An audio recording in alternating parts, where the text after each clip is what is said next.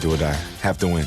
There's some guys around here who have been in the playoffs and understand what must-win means, and you can spend the rest of your career waiting for this opportunity that you have right now and never get it again. Tonight's challenge for the St. Louis Rams: win and keep their playoff hopes alive. Lose and forget about postseason. Can they beat the Philadelphia Eagles and continue what's been a month of manic Mondays? Anything can happen. But a game like this, with our backs against the wall, nobody's giving us a shot. You know, it's always fun. So just going to go out there and smile and make some plays and try to help my team win. I don't know exactly what to say is next. What I do know is we have this game, and, and we got to win it. That's what I know.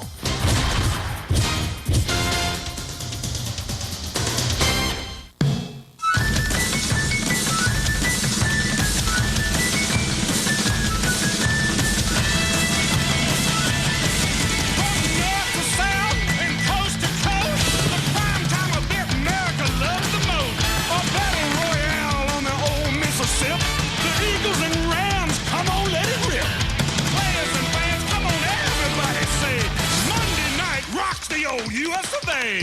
Hit it! Come on and hit it! Come on and get ready! Are you ready for some football? A Monday night tradition! The NFL Big Show, 35th edition! Al and John are ready! The whole country's psyched! All my ready friends are here for Monday night! The Gateway Arch on the banks of the Mississippi River. The gateway to the West. St. Louis is the gateway to the NFC West, a division the St. Louis Rams still have an opportunity to win. As you look at the Edward Jones Dome, home of the Rams for 10 seasons now since they departed Southern California.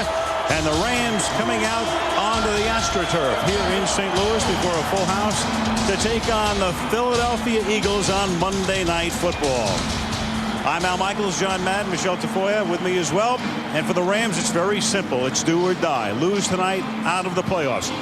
Win tonight, they don't clinch. They're still alive. They'd have to beat the Jets as well next Sunday. They'd have to also get some help. We'll detail that during the game. But the big thing for them tonight is they get Marc Bulger back. The quarterback's missed the last 2 games with a sprained shoulder, and the Rams have, in a word, been dreadful in losses to Carolina and Arizona. They've dropped 6 of 8, but still alive for postseason. Now for Philadelphia, the exact opposite. 13-1, the #1 seed in the NFC. The road to the Super Bowl on the NFC side will have to go through Philadelphia. But as you all know, they lost Terrell Owens, who was having a spectacular season last week. And thus, Coach Andy Reid may be a little gun-shy tonight.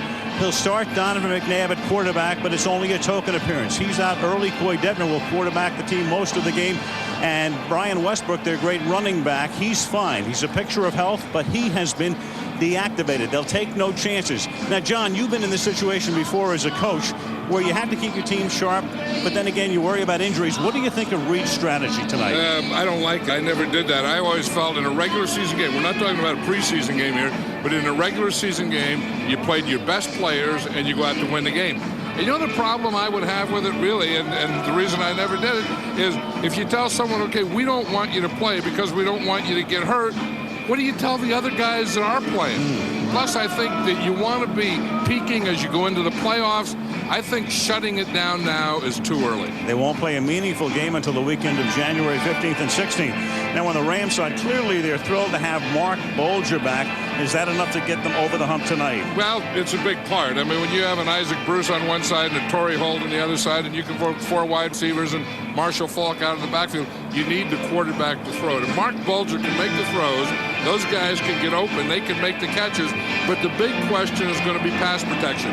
Can this offensive line pass protect so that Marc Bulger can make those plays? Pretty fascinating matchup. One team with everything to lose tonight, the Rams. The other with nothing to lose, just trying to stay a little sharp and injury-free. Philadelphia and St. Louis on Monday Night Football. Into the National Football League season, Marc Bulger back in action, and the Rams quarterback is with Michelle Tafoya. Michelle. Thanks, Mark. You've been nursing a sprained right shoulder and a bruised collarbone. How do you think your play tonight will compare to what you were able to do before the injury? I hope it's the same. You never know, but once the game starts, I think adrenaline will take over, and it's sudden death for us, so it doesn't matter at this point. You're playing an Eagles team whose defense gives up the fewest points in the NFL. Where do you see opportunities for success against these guys? I think if we can pick up their blitzes and get those one-on-one matchups on the outside, we should be fine. But it's easy to say it. Now we have to go do it. Yeah, you said this is a do or die, a must-win for you guys. You've been anything but consistent this season. Where is the collective confidence of this team? We're so confident, but we've been inconsistent, like you said. We have to go out these next 2 games and win them. But if we don't, the season's over. And I think our older guys on this team realize that. Mark, thanks a lot. Thank you. Al, Mike Martz said that Mark Bulger has been the best quarterback he's had here in St. Louis, and that includes Kurt Warner. Al? Thank you, Michelle. Now, the overriding story in the league this weekend, the unexpected death of Reggie White at the age of 43 yesterday in North Carolina. Here's the public address announcer in St. Louis. Rams fans, please join in a moment of silence in remembrance of former Philadelphia Eagle and Green Bay Packer, Reggie White. Reggie White played 8 seasons for the Eagles, where he recorded more sacks in games played. The only player in NFL history to achieve that record. In 1993, he went to the Green Bay Packers, where he helped Green Bay win a Super Bowl, and where his jersey, number 92, was retired. He was selected to 13 consecutive Pro Bowls. And in 1994, Reggie White was selected to the NFL's 75th anniversary all-time team. Reggie White passed away yesterday at his home state of North Carolina. The Rams, the Eagles, all in the NFL join with all Reggie's former teammates and fans in extending our prayers and sympathy to his family.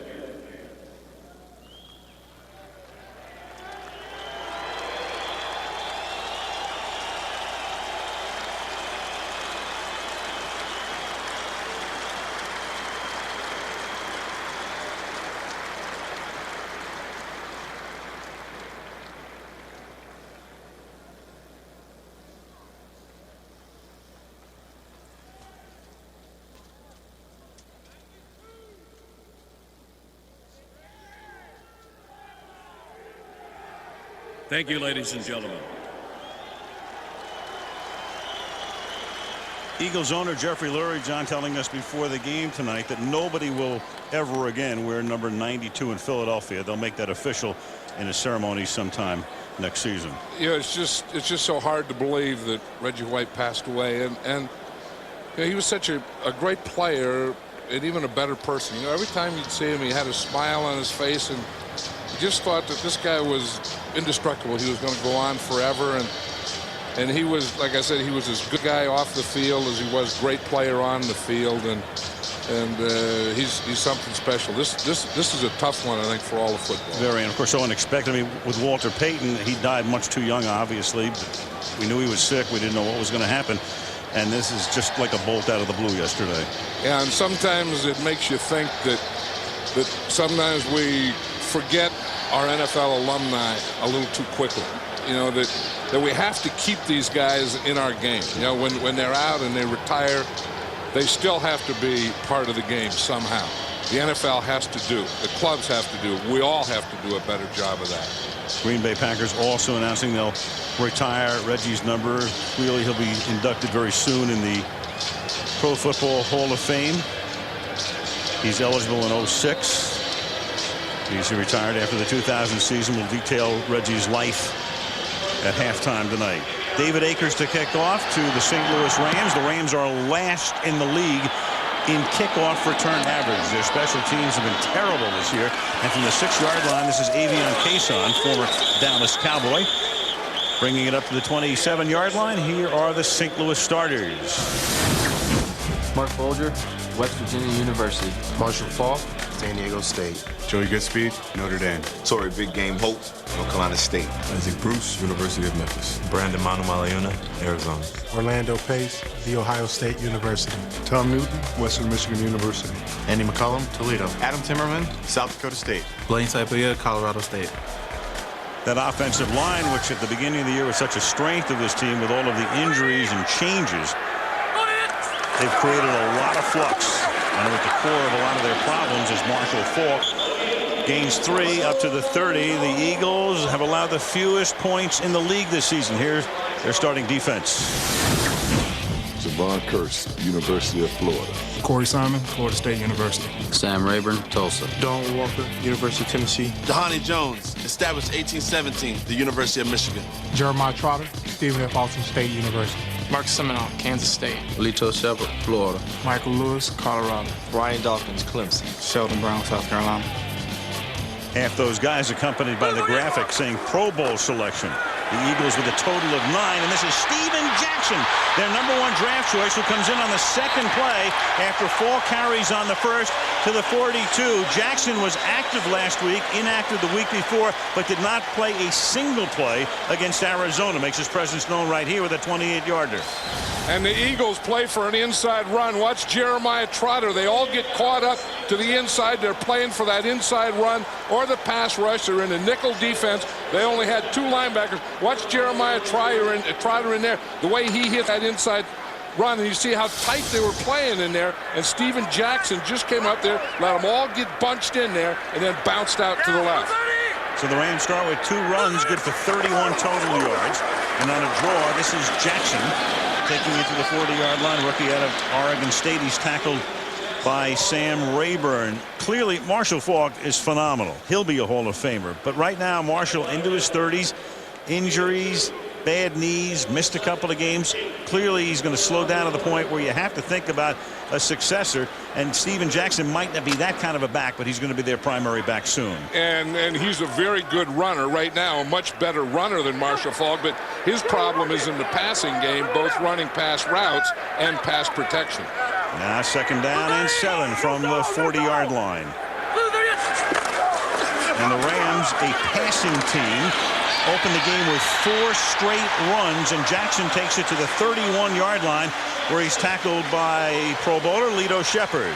You know, these fans love that because that's what they want Mike Martz to do. I mean, he's a guy that, you know, he'll start passing, he'll pass the whole game, and then he'll forget about the run. But when he starts off like this and just pounds right at him, watch Adam Timmerman here. He's going to pull around, and he's going to get Jeremiah Trotter. Now, the Eagles have been much better against the run since Jeremiah Trotter, who, by the way, is in the Pro Bowl, has started as a middle linebacker. Now 1st and 10, and Jackson on a 5th consecutive run, and he gets taken down by Dhani Jones. And John, one other thing as we look at the Philadelphia defenders right now, we talked about McNabb playing sparingly, Westbrook inactive, and defensively they're going to hold some of the guys out too. Javon Curse starts the game in a baseball cap on the sideline. Right, and Javon Curse, of course, is the most dominant front 4 man that they have, and so you take him out of their defense and you take Donovan McNabb out of their offense, and they're kind of playing with a half a loaf here. There is Curse. Jim Johnson, the defensive coordinator, when I asked him yesterday, I said, who's the guy you could least afford to lose? He named Curse. 7.5 sacks. Faulk is back in the game. 2nd down and 10 from the 31-yard line, and Marshall gets it to the 25-yard line. So the Rams open with 6 straight running plays. Yeah, I think Mike Martz told us the other day that he'd like to play Marshall Faulk and Steven Jackson 50-50, but he said what he'd like to do is have Marshall in there for the passing plays and have Steven Jackson in there for the running plays. But you can't do that every time, and I think that's what he's trying to get the mixture now, that he'll run with either one of these guys. Last week in the entire game at Arizona, granted they were trailing through much of the game, they ran only 10 times in the game for 22 total yards. And now you've got Douglas coming across the line, so this is a free play, and it's Faulk. And Marshall says, who's old? To the 13-yard line, 1st down, tackled by Sheldon Brown. Yeah, he still has some bounce and some cuts in those legs, doesn't he, on this AstroTurf? I'll tell you one thing, I think the Eagles are getting a little shocked here that they didn't come in ready for a fight, and they're getting a fight from this Ram offense.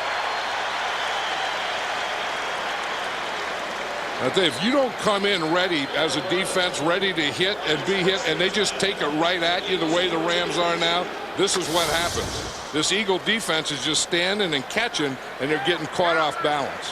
1st and 10 at the 13-yard line. 10.5 to go in the opening period, opening drive of the game in St. Louis. Stay on the ground. Faulk And this is really something. Now with Philadelphia, you know, as I said, they don't have anything to lose. They're the #1 seed. But Jim Johnson telling us last night, defensive coordinator, it's a source of immense pride to this team to be able to lead the league in fewest points allowed. Yeah, that's their #1 goal all the time. And I think that with Jim Johnson, that's a great combination where you have very aggressive defense. You do a lot of blitzing, but they don't score touchdowns on you. You don't give up big plays.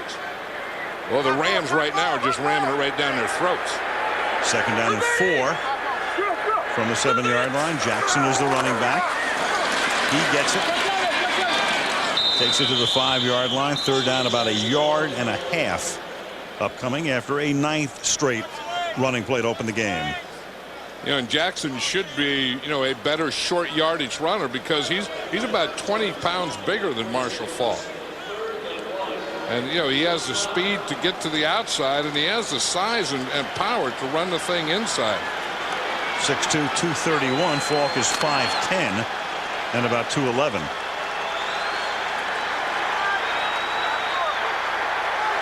Third down, short 2.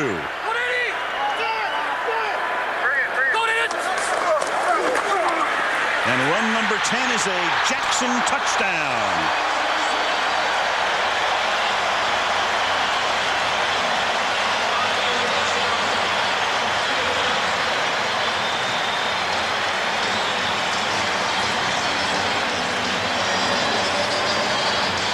Something you almost never see, a 10-play drive, all runs, and a touchdown.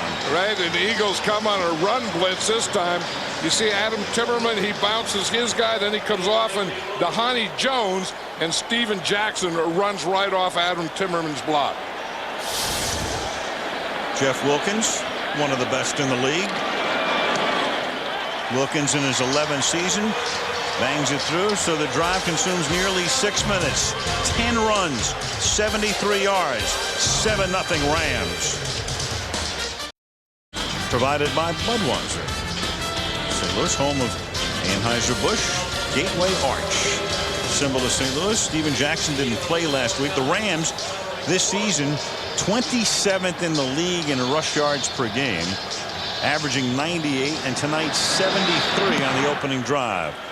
Jeff Wilkins to kick off. Eagles will get the ball for the first time in the game. Taken in at the 11-yard line. And up to the 37-yard line goes Roderick Hood. So the Eagles will take over at that spot with 8:58 remaining in the opening period. And St. Louis on top by a touchdown. Holmes Dome. They built this for the Rams, enticing an NFL team to move here, and the Rams came in '95. From Los Angeles, look around the building as the Eagles take over at their own 37. Now, as we mentioned at the top, Donovan McNabb will start, but won't be around that long. And hands the ball off to Dorsey Levens with Westbrook inactive tonight. That's a nice start for Philadelphia on a 12-yard run. Here's the Philly offense. Donovan McNabb, Syracuse University. Dorsey Levens, Georgia Tech. Josh Perry, San Jose State. Todd Pixton, Southern Miss. Freddie Mitchell, the People's Champ, UCLA. Chad Lewis, BYU. Artis Hicks, Memphis. Steve Shulo, Marshall. Hank Fraley, Robert Morris University. Alonzo Eifel, Alabama. John Runyon, Michigan. Trey Thomas not starting at left tackle tonight. Returned home to Philadelphia on a personal matter, so he is inactive. And on the second play, it's Dorsey Levens, the ex-Packer, going next to nowhere as Leonard Little makes the tackle. Johnny, look at their inactives tonight. Westbrook, Trey Thomas, Jermaine Mabry, Terrell Owens, Derek Burgess. 2 Pro Bowlers and some pretty good players there. That's what I said. That's a definition of a half a loaf that they're playing with tonight. But, you know, I was just thinking of what Mike Martz told us yesterday. He said, we want to come out and initially shock them. And he did that. He shocked them not only by going in for a touchdown, but doing it entirely on the ground. 2nd down and 11 from the 48-yard line. Levens again. He tries the left side, gets across the 50 to the 47-yard line. Let's take a look at the Ram defense. Leonard Little, Tennessee. Ryan Pickett, The Ohio State University. Jimmy Kennedy, Penn State. Anthony Hardgrove, Port Charlotte High School. Tommy Pollard, Florida State. Robert Thomas, UCLA. Pisatino Samoa, Hawaii. Demetrius Butler, Dallas Carter High School. Adam Archuleta, Arizona State. Antoine Edwards, Clemson. Travis Fisher, Dobbin High School. Demetrius Butler, left corner. He has 5 interceptions this season. The Rams have a total of only 6. Donovan McNabb looks like he's audibleizing here. He said last night he didn't think he would throw a pass in this game. But he will, and on 3rd down and 6, that pass is complete, and just enough, apparently, for a first down. He puts it down just across the yellow line, and that's Greg Lewis, and he's one of the guys that's going to have to step up. Todd Pinkston has been there for a while. So has Freddie Mitchell, and Greg Lewis will now get his opportunity in the absence of Owens. Now you see Donovan McNabb here making his audible.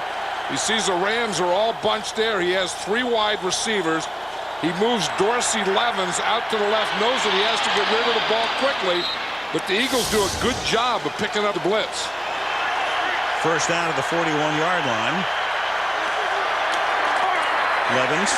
You know, in a way, I'm almost beginning to think that McNabb's playing a lot more than we would have thought. We knew he was coming out early. He was kidding last night when we were talking to him about playing only 1 series. He said, I may not even get to 3rd down. That's what he said. He may just hand off 1, hand off 2, and come out on 3rd.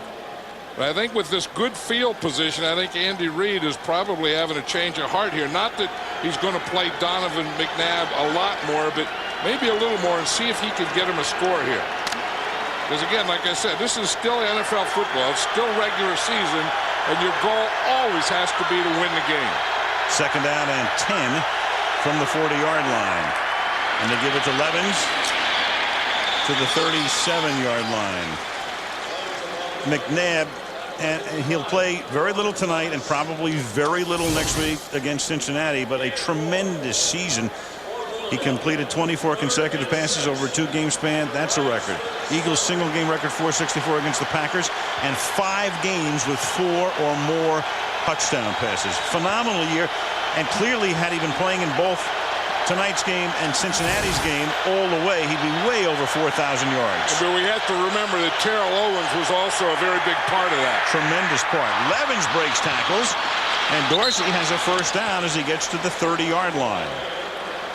We will see, as I mentioned before, Coy Detmer, who's been their backup quarterback, and Detmer has been an Eagle for a lot of seasons. Out of the University of Colorado, Detmer will be coming in at some point, we would assume, on the 2nd series. You know, who would have thought in this game there's been 17 plays, 16 runs, and 1 pass? Because these are 2 coaches, and Andy Reid and Mike Martz, that love to throw the ball. And once they get into a rhythm of throwing it, they don't go back to the run a lot. So 17 plays in the game and only 1 pass, and now Reno Mahe comes in to the game. He and Levens will be the backups in the absence of Westbrook. And God bless Woody Hayes. How much would Woody Hayes have enjoyed this? An NFL game with 18 plays and 17 runs. 3 yards in a cloud of dust, although you don't get much dust out of artificial turf. What would he used to say, that when you pass the ball, 3 things can happen and 2 of them are bad? Yeah. Something like that, or maybe more bad. I mean, you can get sacked, you can have the ball tipped, you can throw an interception. He was just thinking of incompletions and interceptions and not even thinking about the sack. And a sack fumble. 2nd down and 7 now from the 27-yard line, and another run, and this is Mahe, who gets taken down in the backfield by the tackle Jimmy Kennedy. Yeah, they have Jimmy Kennedy in there, and they think that he's really helped their defense because he's a bigger guy. I mean, he weighs 320 pounds. Then you see him, he's right here, and everything has to be controlled. If you're going to stop the run, you have to get playing on that side of the line of scrimmage. That's exactly what he does, and then he lets Bryce Fisher come and catch it from behind. But again, it all started with Jimmy Kennedy getting penetration. 3rd down and 9 now from the 29-yard line. Come up in a passing formations, 3 wide receivers. Rams with the extra defensive back. And McNabb throwing screen. Levens, Dorsey Levens is inside the 20, has a first down, and will have a 1st and goal to the 6-yard line as Adam Archuleta makes the tackle. And Donovan McNabb will wind up playing most of the 1st quarter. Yeah, and the thing is, he's a competitor. He wanted to play. I mean, he wanted to play the whole game. So this is something, he has something going here, and there's no way that he wants to come out. He got the run going, has a run going, and they get in a passing situation, and he throws the screen pass to Dorsey Levens. Dorsey looks like he's rejuvenated. You know, I thought a couple years ago that he may be close to being finished, but he looks like a new man in this offense. McNabb's been terrific in the red zone this season, cashing in time after time. Levens. Well, you look at a guy like Levens, John, and you're right. I mean, 2 years ago, you said, boy, he looks like he's shot. And then he looks rejuvenated. And then every time I look at Jerome Bettis, I keep thinking I'm back in like 1998. That's what big does. I mean, Jerome Bettis is so big and so strong and then has quick feet. I mean, those things usually don't go together. I mean, it's usually big and strong and a plotter. But big and strong and quick feet, that's a heck of a combination. 11-play drive, over 7 minutes after the Rams on all runs scored first. 2nd and goal, under 2 minutes to play in the opening period. And McNabb with a pump fake, throws over the middle, caught by Freddie Mitchell for a touchdown. That is only the 2nd touchdown reception by a Philadelphia wide receiver this season, other than anybody named Owens. With Terrell Owens out, there's going to have to be a lot more of these. I think this, Andy Reid didn't mean to do this, but I think this is good for the Eagle offense, good for the Eagle team, good for Donovan McNabb. And you say, why does it need it? Because working with someone else other than Terrell Owens and seeing that a Freddie Mitchell can get open and score for you. David Akers for the extra point. So McNabb averaging about 2 touchdown passes per game. Sonny Jurgensen holds the team mark at 32. That's Donovan's 31st of the year to tie the game. One AFC game, one NFC game right here on ABC. This is our final Monday night game of the year. Even though the season extends 1 more week, it ends on Sunday as David Akers' kickoff is taken by Avion Kayson. He brings it to the 30-yard line. Rams will have it for the 2nd time. Their first drive resulting in an all-rushing TD march. Jackson scored. McNabb counters with Freddie Mitchell. 7-7. Game of the regular season. January 2nd, this coming Sunday, as the Dallas Cowboys take on the New York Giants. So the Rams now come up with an empty backfield as they split Marshall Faulk in the wide receiver spot, and then it's an inside handoff, so they still run out of a pass formation as Marshall Faulk picks up about 8 yards to the 39-yard line. This season, only 2 such drives with St. Louis and the Rams tonight. Rams going 10 plays, all runs. And last week it was San Diego doing it against Cleveland. And of course, one of the reasons San Diego did it last week against Cleveland was the field conditions. They were playing on a snow-covered field. So that would figure. But tonight the Rams opt on this very fast surface to keep it all on the ground. Bolger is yet to throw a pass. Here it comes. And it's complete. And it's caught by Torrey Holt in the final minute of the first quarter, tackled by Brown in the first down. I was just wondering about Mark Bulger because he said he had to get that shoulder warmed up. He has a collarbone bruise and a shoulder AC joint, and he said that he has to get it warmed up, get the adrenaline going. I thought with all that running, he hasn't thrown a ball since the warm-ups, and that's the first one he throws is a short slant. Bulger taking over when Kurt Warner's days became numbered. Warner going out, and Bulger is the future. From the 49-yard line, Eagles with a run blitz, and then a pass is thrown out in the flat to Joey Goodspeed. And Goodspeed from hard running to the 45-yard line, breaking out of a Lito Shepherd tackle. And that will be the end of about the fastest quarter in memory in any NFL game in recent times. Almost all runs on both sides. 7-7 at the end of one, and Monday Night Football from St. Louis continues after this message and a word from our ABC. Eagles John Madden and Michelle Tafoya in St. Louis. As you look at the 2 head coaches, Andy Reid, another phenomenal season for Philadelphia. Mike Martz has taken his team to 1 Super Bowl, and he hopes with some luck he can at least get into postseason. But again, the Rams must win tonight. Game tied 7-7. 2nd and 6 as we begin the second period. And a little action up front. Adam Timmerman may have started early. Pete Morelli, whose crew has barely been seen tonight. prior to the snap, false start, 62 offense, 5-yard penalty, still second down. Talking about the Rams. Now, to get into the playoffs, they have to win both of their games tonight and against the Jets here next week. Very key game for both teams, in effect, if the Rams win tonight. Then to win the division, Seattle would have to lose next week. They play Atlanta in Seattle, but to get a wild card, they can have either Minnesota losing or Carolina and New Orleans ending in a tie, and they can get in as a wild card. As Brandon Manu makes the catch and is taken out of bounds at the 46-yard line. But clearly, John, the one thing they know they have to do is win both games, and they're doing them both at home, playing them both at home, where they've been considerably more successful than on the road. Right, and that's the thing that Mark Bulger talked, to Michelle about before the game, that all we know is that we have 2 games, and we know if we're going to have a chance, we have to win both of those games. And then get a little bit of help, and they can, again, if they wind up as the division champion, they win and Seattle loses next week, they would even host a game. Well, that's a disappointing thing about it, is they put themselves in this situation. I mean, Bulger was hurt, but they played lousy against Arizona last week. It's fun. And against Carolina the week before as well, as Kevin Curtis makes the catch, and he's tackled by Brian Dawkins, who will be going to his 4th Pro Bowl. And they get this 4th down situation, and the fans are saying, go for it, go for it. Mike Martz is saying, yeah, we'll go for a punt is what we're going to go for. It's that old line, you start listening to the fans, pretty soon you're sitting with them. Yeah, and I think there's a lot of truth in that, too. And, it's not like 4th and inches. We're talking 4th and a couple here. And this is a play. This is what you have to do.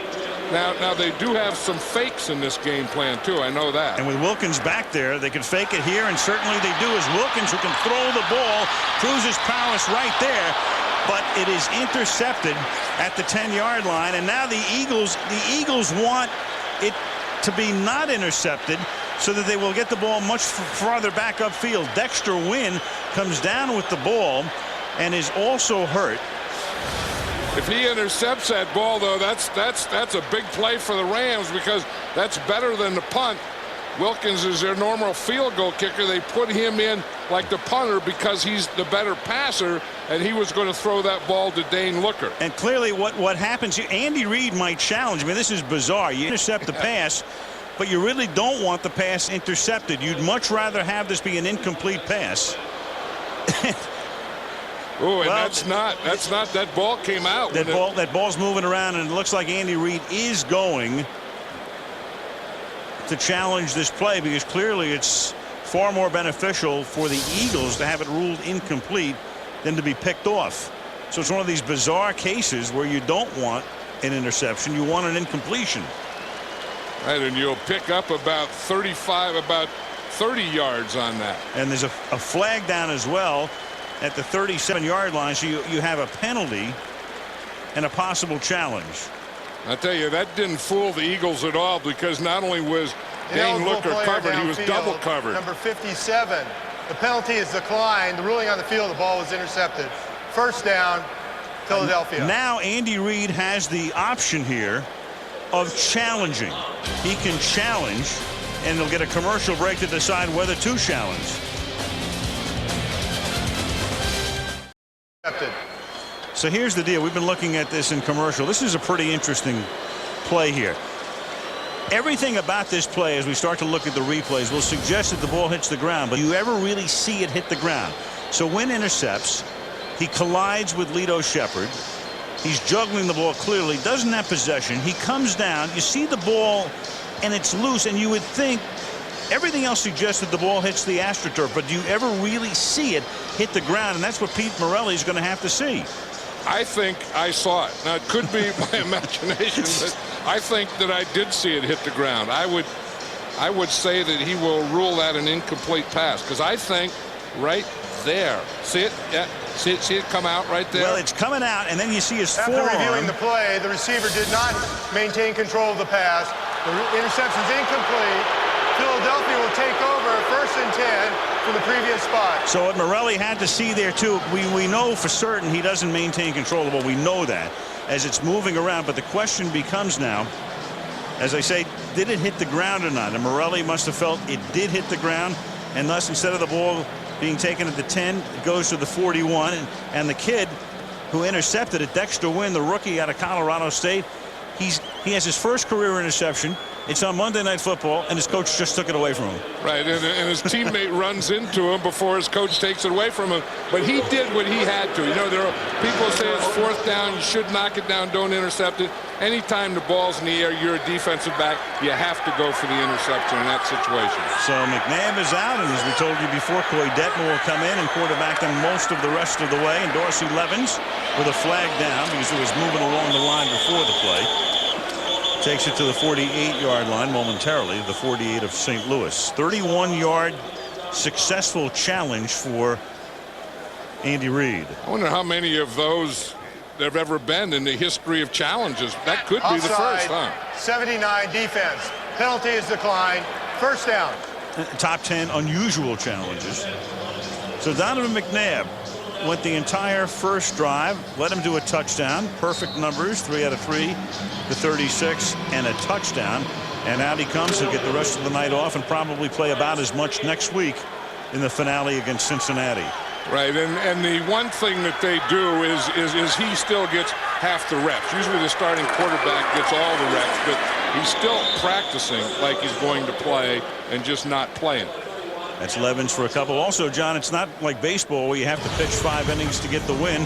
He's the starting quarterback, so if the Eagles win tonight, he gets another W chalked up.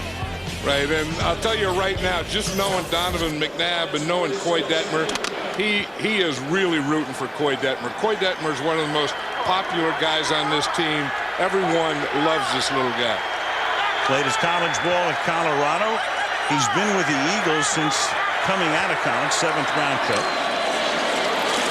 This is Levens to the 41. His brother, Ty, played at Brigham Young and has been with several teams. And right now, his brother is the number 3 quarterback behind Michael Vick and company in Atlanta.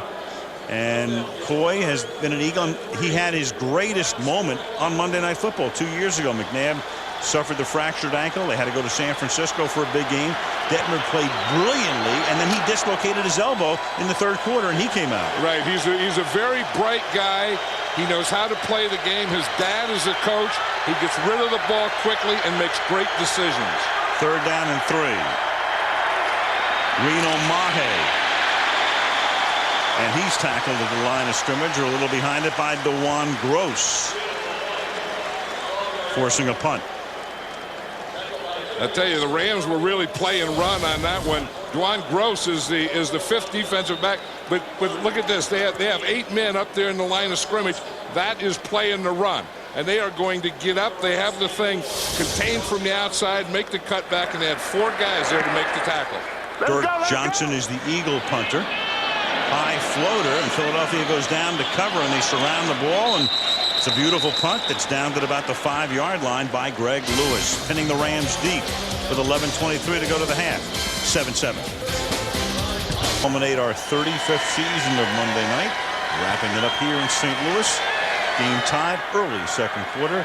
Rams begin the drive from the 4-yard line. Steven Jackson is the running back. He gets the ball,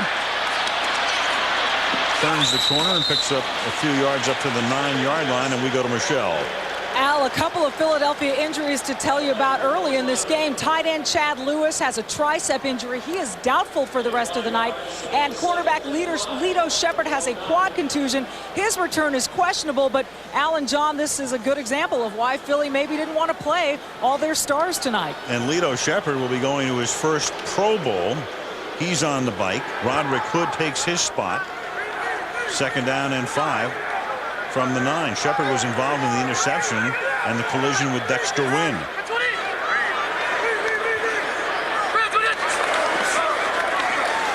Jackson picks up a 1st down. Joey Goodspeed led the charge with a nice block. Eagles great defensively, as we say, fewest points allowed in the NFL this season. Yards per game. Rushing, first 8 games they had a lot of problems, but look at what they've done over the last 6, both in terms of yards per game and yards per carry. Well, you know what they did? They moved Jeremiah Trotter into middle linebacker, and that That solidified the middle. And then they moved Mark Simoneau from middle linebacker to weak linebacker, and that made that position better. So that has been a big part of it. 1st and 10 of the 15-yard line. They draw the Eagles offside. Steven Jackson, a free run. That penalty is going to be declined clearly.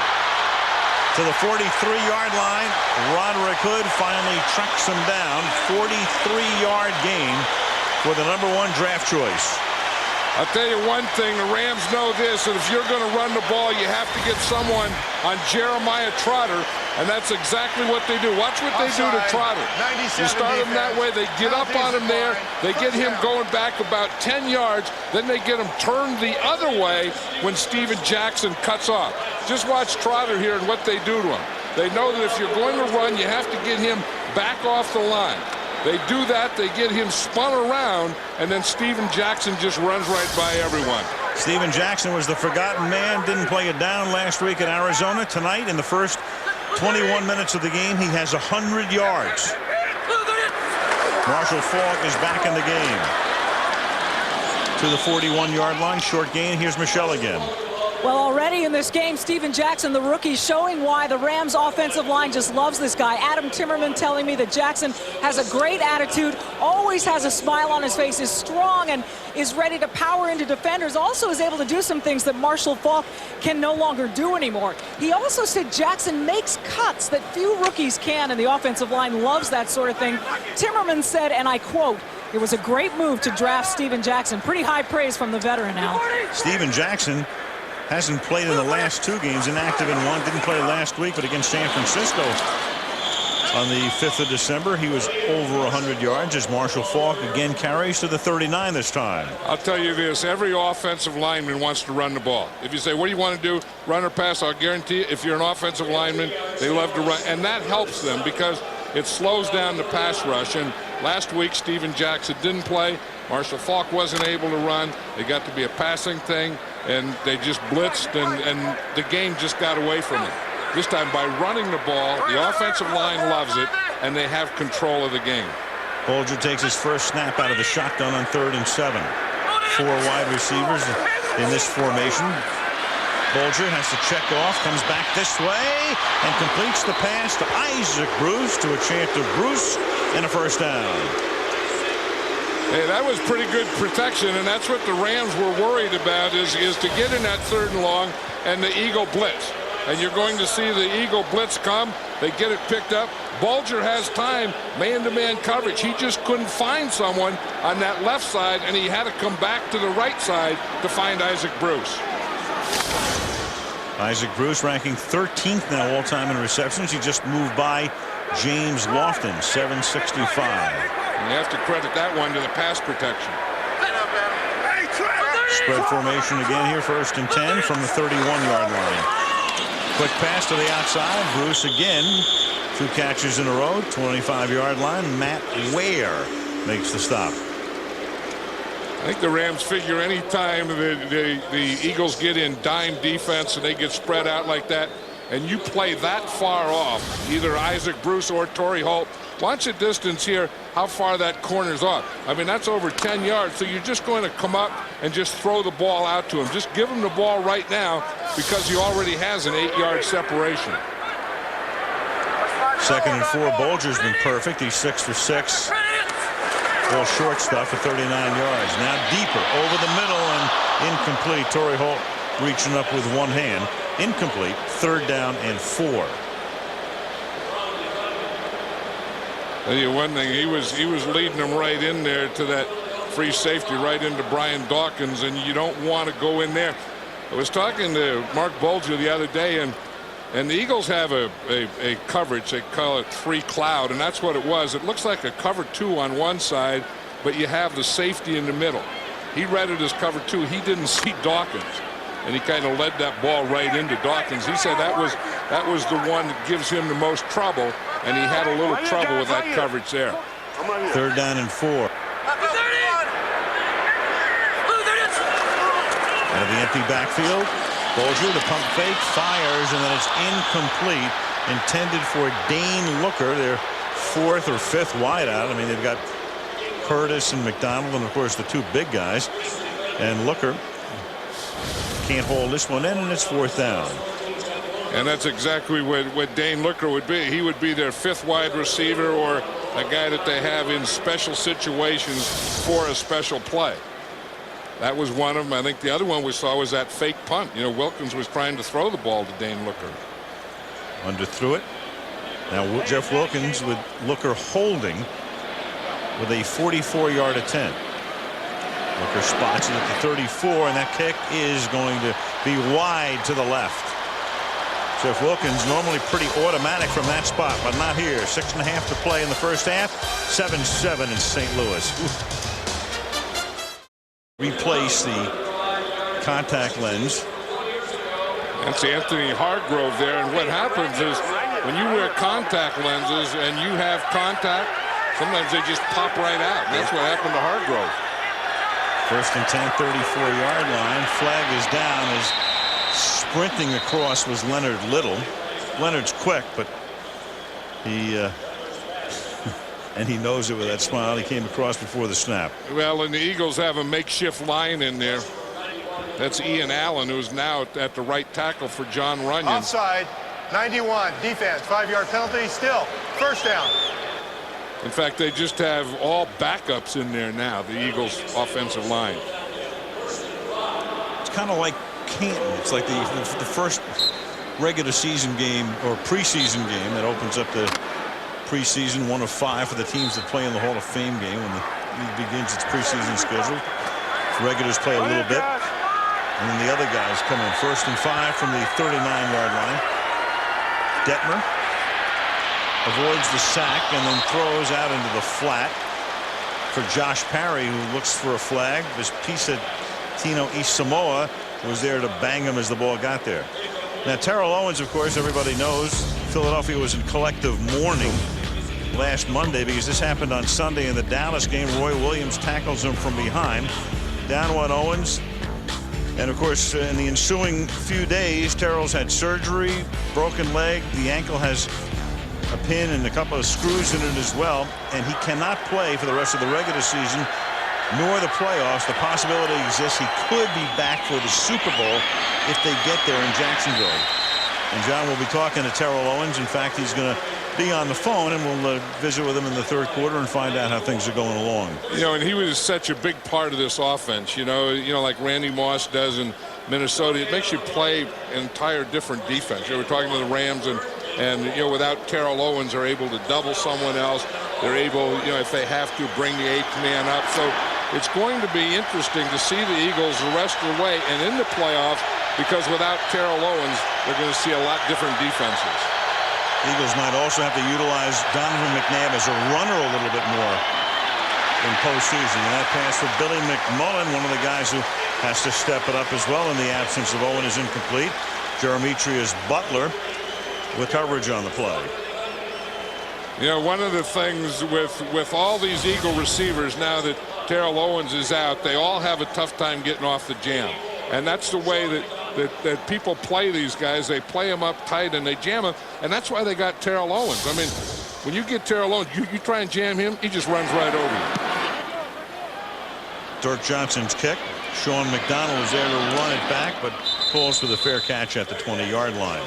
So the Rams in the game they must win. Have the ball at the 20-yard line. 5:47 to the half. 7-7. Monday Night Football from St. Louis, being brought to you by Southwest Airlines, proud sponsor of the NFL and official airline of Super Bowl 39. Bud Light, fresh, smooth, real, it's all here, and Snickers, home of the weekly Hungriest Player Award. Aerial coverage brought to you by Budweiser. Dawkins comes out defensively. J.R. Reed in for him. Dawkins, one of their 3 secondary Pro Bowlers. Pro Bowlers from the defensive backfield. Corey Simon, I think, is the first guy who comes across that time, the defensive tackle. But False no. start, number 62, offense. 5-yard penalty, still, 1st down. Adam Timmerman made him come across the line. That's Adam Timmerman's 2nd penalty for that. I think, you know, the Eagles stunt so much and blitz so much, and you have linebackers coming in there that that really throws the offensive lineman off, because they're always thinking, you know, the guy is on my outside shoulder, I have him, but if someone comes inside him, I have to pick him up, and sometimes they leave a little prematurely. Draw on 1st and 15, not fooling the Eagle defenders. 2nd down, Darwin Walker making the tackle. Yeah, Darwin Walker, they're trying to make a defensive end out of him now. He's been the defensive tackle, been playing inside, and they were going to play him. They played him a little last week at right defensive end. They're playing him tonight at left defensive end. And talk to Jim Johnson about it. And what he's trying to do is find his third end, you know, that can get into rotation. And he said Darwin Walker could be that guy. Another defensive end, Derek Burgess, inactive tonight, as is the defensive tackle Hollis Thomas. Thomas thinks he might be back by next week. 2nd down and 16, and free over the middle, making the catch is Torrey Big Game Holt. Up to the 30-yard line, and enough for a 1st down. Yeah, there's no one that throws that pattern better than Mark Bulger or the Rams. Torrey Holt is the inside receiver. He's going to come up and into this set. And you see what Bulger's going to do is he sees the window and he throws it in the window before Holt even comes. And he hits him right on that back hit. But they can do that. I mean, they can run that deep end either from outside as a wide receiver or from a slot better than anyone. 16-yard gain on the play and a 1st down at the 30-yard line. Jackson was at 100. Then he had a -1, so he was back down to 99, and now he's back in 3 figures again at 104. You know what I like about Jackson is he knows when he has to use his power. You could just see about 3/4 of the way through the run. He said, well, this is about as much as I'm going to get, and I want to finish it off. He's a very good finisher of runs. He's been in for 12 plays, Alan, and 11 of them have been runs. For 104 yards. Now Falk splits out to the right, and the ball is given to Jackson, as they had both Jackson and Falk in the lineup together. To the 39 he goes, and Dhani Jones makes the stop. And I think that's what they're going to have to do. I mean, they're going to have to leave Steven Jackson in on a few passes, or put Marshall Falk in there with him, as you said, just so they don't get that key and say every time Marshall is in there it's a pass, every time Steven Jackson is in there it's a run. Falk's last 3 games, take a look at that. Who would have believed those numbers at any point in his career? 30 rushes, 35 yards. Some of it is Marshall, some of it his injury, and some of it the offensive line. Jackson. Nice little move there. 1st down over the 45-yard line, and under 3 minutes to the end of the half. And I think some of it is not playing with Steven Jackson last week. And the week before he was not active the week before. See what the Eagles do on this is they're going to come on a run blitz. You see they're up there and they're going to hit this side of it. They hit the left side defensively, and the Rams made a good call. They ran away from the run blitz. 1st and 10, 45-yard line. Falk back in the game. Bulger off the play fake, gets protection, but the secondary does its work despite the substitutions in there, and Jerome McDougal gets credit for the sack. And you're exactly right. That's what it was. This is a coverage sack here. You see Bulger, he has the time to throw. He goes to throw there to the left, and there's nothing open. There's no one to throw to, so when he turns back to the right, there's McDougal. A little bit of a timeout here. Injury timeout. 2:15 to the half. Our former colleague, won Eric Dickerson, that phenomenal season 20 years ago, 2,105 yards. Eric on hand, being honored tonight. Of course, part of our Monday night crew for 2 years in 2000, 2001. Great guy. Yeah, and what a back he was. And you know, everyone is quick. Any back that kind of runs straight up to say he reminds me of Eric Dickerson. There's no other Eric Dickerson. 2nd and 16 as the Rams have it now at their own 39-yard line. Bulger stepping up to avoid the heat. There is a flag thrown. The pass is incomplete. The intended receiver was Kevin Curtis. You know, Mark Bulger, we talked about how he's playing with that bad right shoulder and collarbone, and you know, he really hasn't aired one out yet. I mean, all 24 defense. 5-yard penalty automatic. 1st down. Sheldon Brown. All his passes have been the shorter and mid-range variety, and you wonder if he can do it because he's getting pretty good pass protection now. I think that running of Steven Jackson, I think, has really helped this offensive line and helped their pass protection. Rams have all of their timeouts plus the 2-minute warning. Time not an issue. 1st and 10 at the 44-yard line. This is one of the things you look at this formation, and they have like 4 receivers, spread them out. Mike Martz said he likes his protection opportunities that way better, where you spread the defense out and you can get rid of the ball quickly rather than having them all in there tight. Blitz comes. It's read perfectly.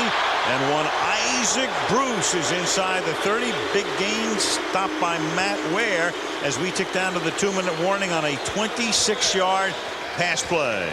And that's exactly what he wanted to do. Spread them out and get rid of the ball quickly. When you see the blitz and you feel it, let it go. 2-minute warning in a tie game. Perspective on the life of Reggie White. You talk about a quarterback that has been in a zone. Peyton Manning is in that zone, whatever that may mean. Otherworldly. 1st and 10 now at the 30-yard line. Rams with all of their timeouts as they try to assume the lead, and the pass intended for Falk is thrown low and incomplete. This is the thing what the Rams are doing now on that completion before they got the blitz off the corner, so the guy that leaves becomes a hot receiver. And you're going to see here, he gets a blitz here, and the hot receiver is a back. Instead of blocking the linebacker that comes, he just goes out into the pattern, and Bulger has to throw to him hot. They've done that 2 in a row.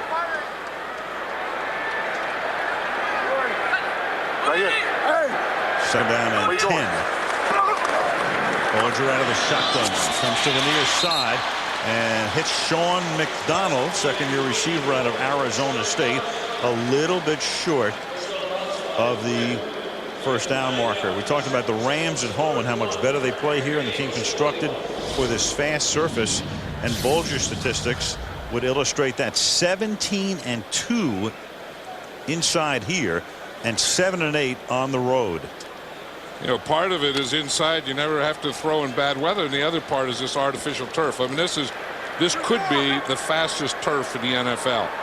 And the team perfectly suited for it with Bruce and Holt and Falk through the years. 3rd down and 1 at the 21-yard line. And the inside handoff nets a first down as Marshall Falk carries the ball to the 17-yard line. Marshall Falk still has some quickness, doesn't he? You know, I mean, that inside trap, he hit that quickly. And watch, in a minute you think that maybe he's slowing down or something, you see him right here. He's going to hit that trap right there. I tell you, he got in and out of that hole.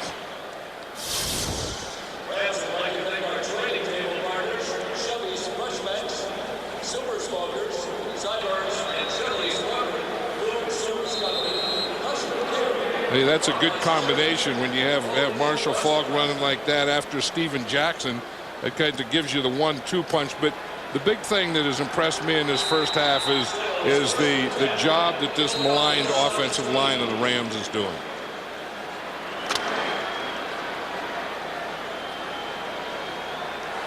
First and 10. Yeah, it's a good time for them to get their act together on that offensive line, especially with Philadelphia bringing guys in and out of the game tonight, playing a lot of second unit people. 1st and 10 as Bulger comes out to his right to buy time. He can run with it, and he steps out of bounds. I think he wanted to go a little bit farther down the field. He's out at the 14, but you don't think of Bulger as a running quarterback, but this season he's run for 3 touchdowns, and they haven't been sneaks either.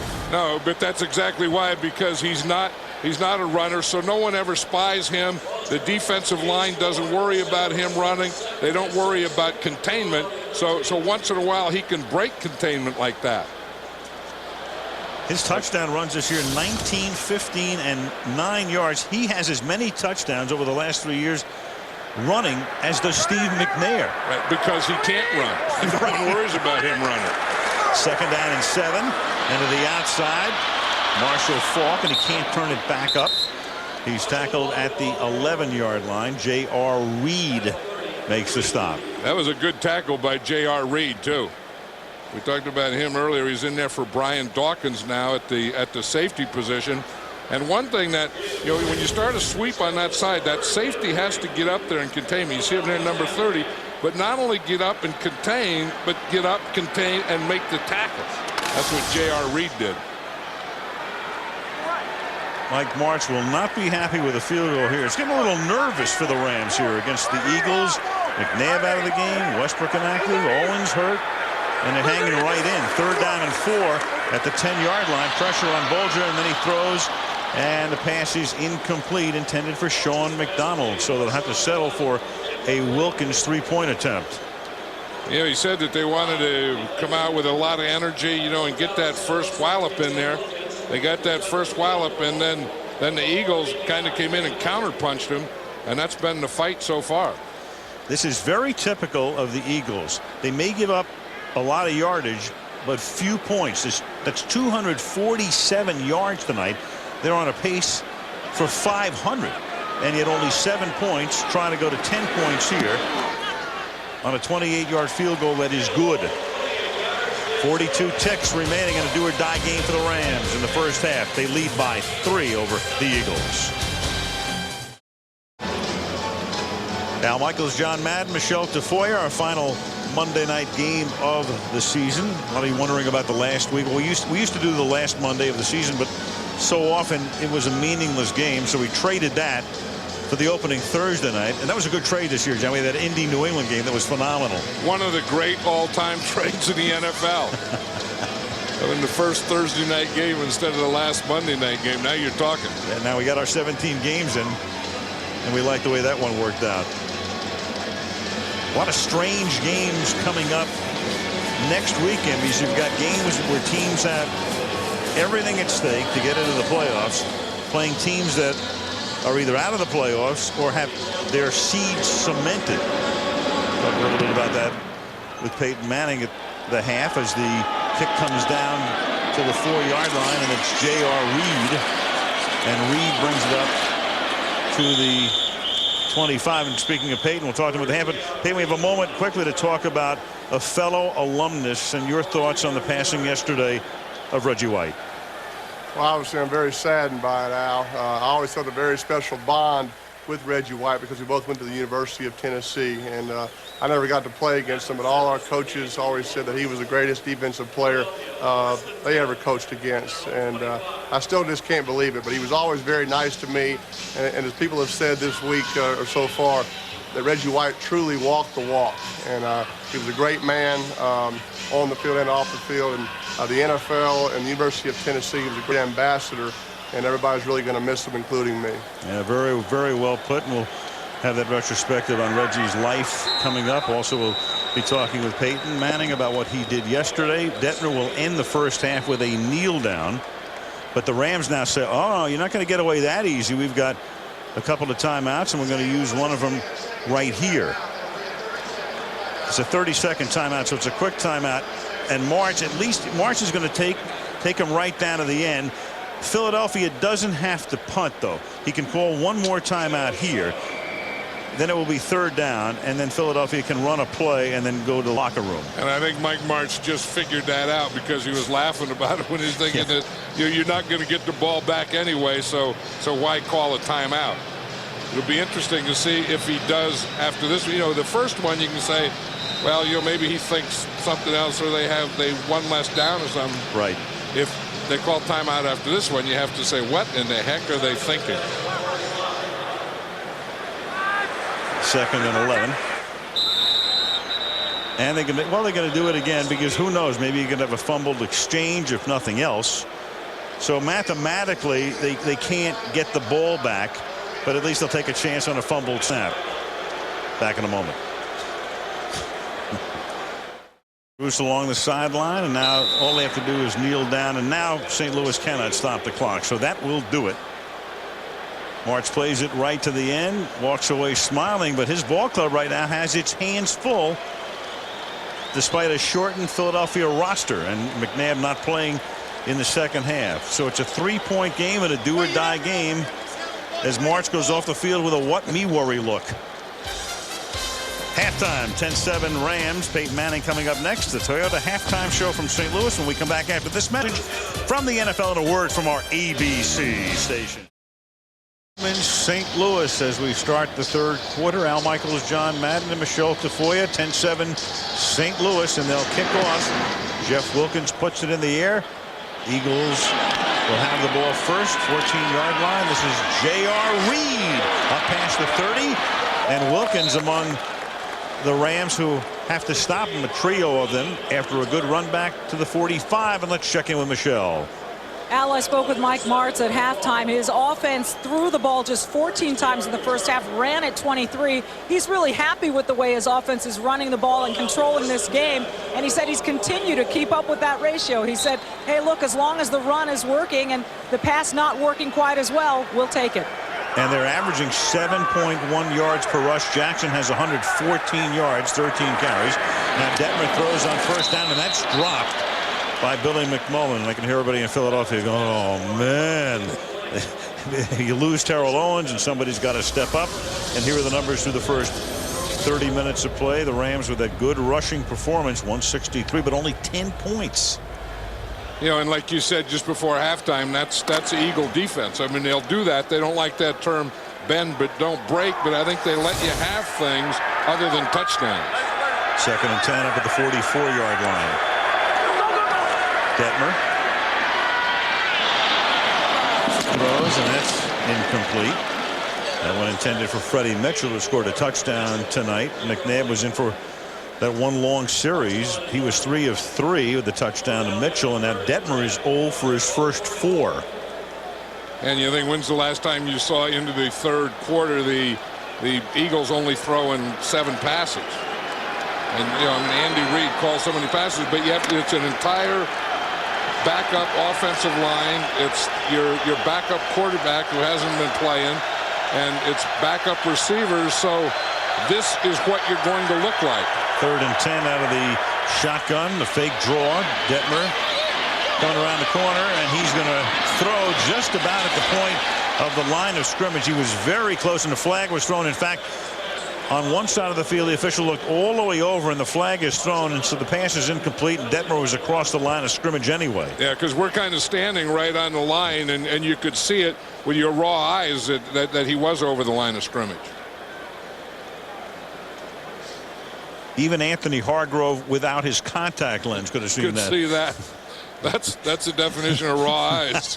I was thinking. Contactless. Illegal forward pass. The quarterback was beyond the line. The red line is the line of scrimmage. Down. 4th down. Well beyond. Very evident. So Detmer is still without a completion on any of his passes tonight, and they're forced to kick with Dirk Johnson to send it down toward Sean McDonald.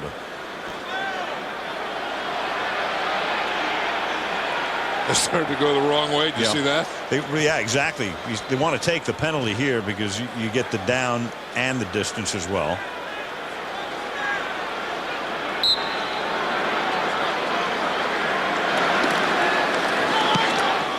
And Johnson sends it skyward or roofward. Sean McDonald has some room once he turns the corner. Nice run back out to the 30-yard line as he brings it back close to 20 yards. Rams have it, and a 3-point lead early in the second half. In the division, they'd have to win tonight, beat the Jets next Sunday, and have Seattle lose to Atlanta.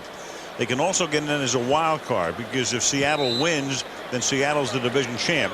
But if the Rams can win both games and either Minnesota loses or Carolina and New Orleans wind up in a tie, they'd get in. Minnesota plays at Washington next week. Yeah, and that's what happens when you dig yourself in a hole like this. You need other people to help pull you out. Steven Jackson takes a handoff here on the Rams' first play of the third period, and that's Ike Reese, who will be going to the Pro Bowl as a special teamer. One of 9 Eagles going to Honolulu, making the stop.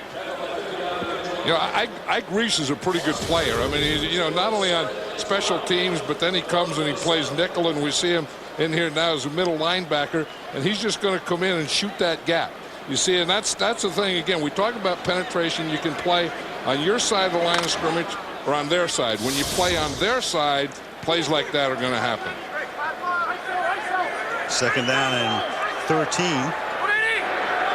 26-yard line. Bulger throws to the outside and almost intercepted.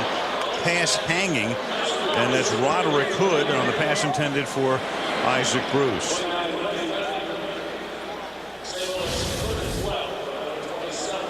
Just going to say this is the coverage right here, and it's a form of quarters. Instead of getting up there and bumping, they're just playing quarter, quarter, quarter, and he gets a jump right on that ball. He's looking in there, he's watching Isaac Bruce, he's watching Bulger, and he gets a perfect jump in the ball. 3rd down and 13.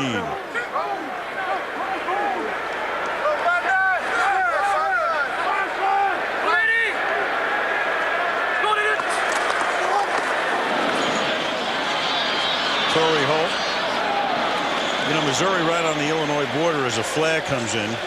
So we can't tell a lie. It looked like Ice Reese. It was actually 59 Mike Labinho. So we do this thing on Reese, but it could have been Reese, John. It could have been. That's the kind of play he makes. Because he does come in and play middle linebacker. He does play middle linebacker on nickel. Face mask. 21 defense. 15-yard penalty automatic. First down. Big foul on Matt Ware. This could have been on either guy. And Matt Ware is number 21. He's playing the right cornerback. He's playing for Sheldon Brown. And you see, that's the one that our camera has. Yeah. Our camera has Ware's. And now we'll show you Holtz. Yeah. This one face mask deserves another face mask, but the official only sees one. Should have been offsetting face masks. Instead, it's a big play. Rams keep the ball, have a first down. Have it at the 50-yard line. Bulger, that inside play they like to run a lot. Steven Jackson, gain of 1. Torrey Holt refers to himself as Big Game. Torrey's been known as that since his days at North Carolina State, and he's finally not only come into his own as a Ram, because for years Isaac Bruce was kind of the guy, and then he and Bruce formed this great tandem, and then Holt's numbers got to be a little bit better, and now around the league, everybody recognizes that Torrey Holt is one of the top receivers in the league.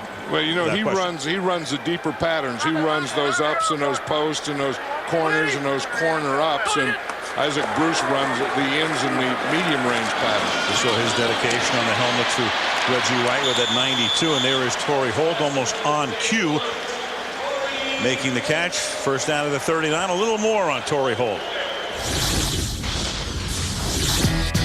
The one word that defines me is happy. My hidden talent is singing. If not for football, I would be modeling. World's greatest athlete, Lance Armstrong. When it comes to music, I love Marvin Gaye. If I were an actor, I would do a scene with Catherine Zeta-Jones. Sounded like Santa Claus there at the end. Ho, ho, ho, ho. The ebullient one, and again you got action up front with all of the second line guys in there. Eagles come across the line of scrimmage. Well, they got a little overexcited on that blitz. They had an overload on the defensive left side, and they were trying to hit. Number 95 defense, 5-yard penalty, automatic first down. Yeah, you're trying to hit that thing when the ball snapped, and McDougal just left a little early. You can see the overload. See, it's going to come right on this side. And McDougal, sometimes you'll jump off sides when you hear something in front of you. And sometimes, for some reason, when someone sneaks up behind you like that, you tend to jump off sides. You got to get an audiologist in here to figure out the reason. 1st and 5 from the 33-yard line. Reverse move by Marshall Faulk, but he still can't get free as Roderick Hood, playing in place of Sheldon Brown for the moment, comes up to make the tackle. Yeah, we talk about the Eagles defense and Jim Johnson, the coaching. I'll tell you one thing, his defensive players all tackle well. It's like this, I mean, they're our defensive backs and they're good cover guys and stuff, but doggone it, if you can't tackle like Hood does right here, it's tough to play this position. You can't make those kind of plays. And that is a big tackle, an open field tackle on a guy like Marshall Faulk. Faulk out, Jackson in. 2nd and 3. Rams by 3. 3rd quarter. Steven Jackson. A little high stepping and a first down to the 22-yard line. Hit by J.R. Reed. And you see what Steven Jackson did to J.R. Reed, or J.R. Reed did to Steven Jackson. But the thing I'd said earlier that I really like about Steven Jackson is he finishes off his runs. He gets a run here. Now he knows he's about to be tackled, and he puts his head down. Of course, he had 2 guys take him on, and he's looking up and saying, where in the heck did that J.R. Reed come from? I mean, he brought that whole load across him. What's that? He maintains the leverage, doesn't give him a cutback, and then unloads on him. But Jackson has 122 yards already. 122 hit by Reed, the rookie out of South Florida. 22, nice cut back there. Good Denver kind of play as Jackson takes the ball to the 15-yard line. Yeah, and that's exactly what it was. Is you're going to see him start to the right here, and then look at this hole back here. Steven Jackson sees that, feels that, and takes it quickly. That's the thing you can do to a defense that pursues quickly. They tend to over pursue, and they give you that backside cutback. 2nd and 3 now. Jackson lining up in the eye. Follows Goodspeed, the fullback, goes by him and has enough for a first down. Spotted inside the 10, thus it's 1st and goal for St. Louis. That face mask call looming very large right now. And then the missed call on what should have been offsetting penalties. But the thing is, the Rams started the game like this. I mean, they came out, they gave them the first punch, they got the Eagles back on their heels. Then they kind of settled down, you know, and they lost that, and now they come back in the 3rd quarter and they're playing like they did on the first drive. 1st and goal.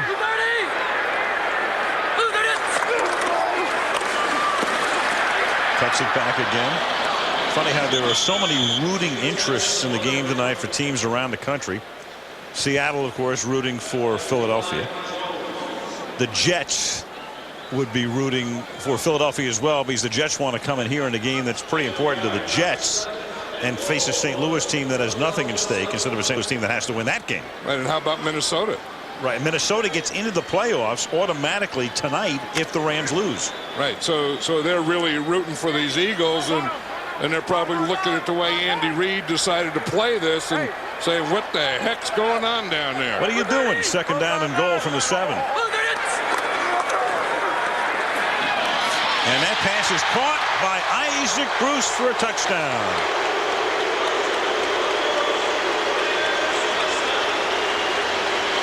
And you like Mark Bulger, he throws a touchdown pass and just walks off the field.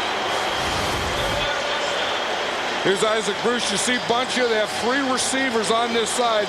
Isaac Bruce is the outside guy. You see, he comes off the line quickly, starts to the outside, and then edges back to the inside. That's an angle pass. He starts to the right and then angles into the left. Rams in their 15th game of the season, John. It's the first time they've come out and scored on their first drive of the 2nd half.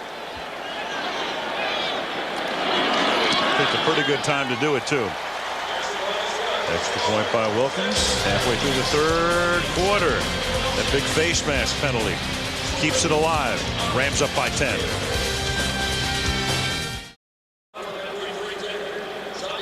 Aerial coverage tonight provided by Budweiser. Downtown St. Louis, clear and cold night. Toasty inside the dome, and the Rams up by 10 in that Bruce touchdown, John. And the acknowledgement of Reggie White. Number 92, and you know, thinking back of Reggie White, remember when he played, I never met anyone that didn't like him. You know, like opponents usually don't like the other guy, say this guy's a dirty player, this guy's something. Every opponent liked and respected Reggie White. And then he was playing with Brett Favre, and you could say the same thing about Brett. The two together in Green Bay is Roderick Hood. with a nice run back here all the way up to the 45-yard line. So the Eagles have good field position after the 30th Saturday right here. Ball at the 45 as Philadelphia begins this drive with a Reno Mahe 1-yard run into Philadelphia now, where Terrell Owens is standing by watching this game live and rehabilitating. And first of all, Terrell, just tell us how it's gone. You had the surgery. It's a week later. Where are you? And do you expect to be able to play if the Eagles get to the Super Bowl? Oh, yeah. If this God's will, then I'll be there. I think the rehab process is going well. Gotten a chance to get out to the facility, rehab, get in the pool, move around a little bit, and the swelling's considerably down. Obviously, I know you guys talked to our trainer, Rick, and he's obviously pleased with how the swelling has gone down. Billy McMullen has just made the catch there up to the 50-yard line. Yeah, I did talk to Rick, and he was talking about how you started off right away and you wouldn't even get out of bed. You just kept the thing elevated and didn't even go to the bathroom or do any of those things so that the swelling wouldn't get started in there.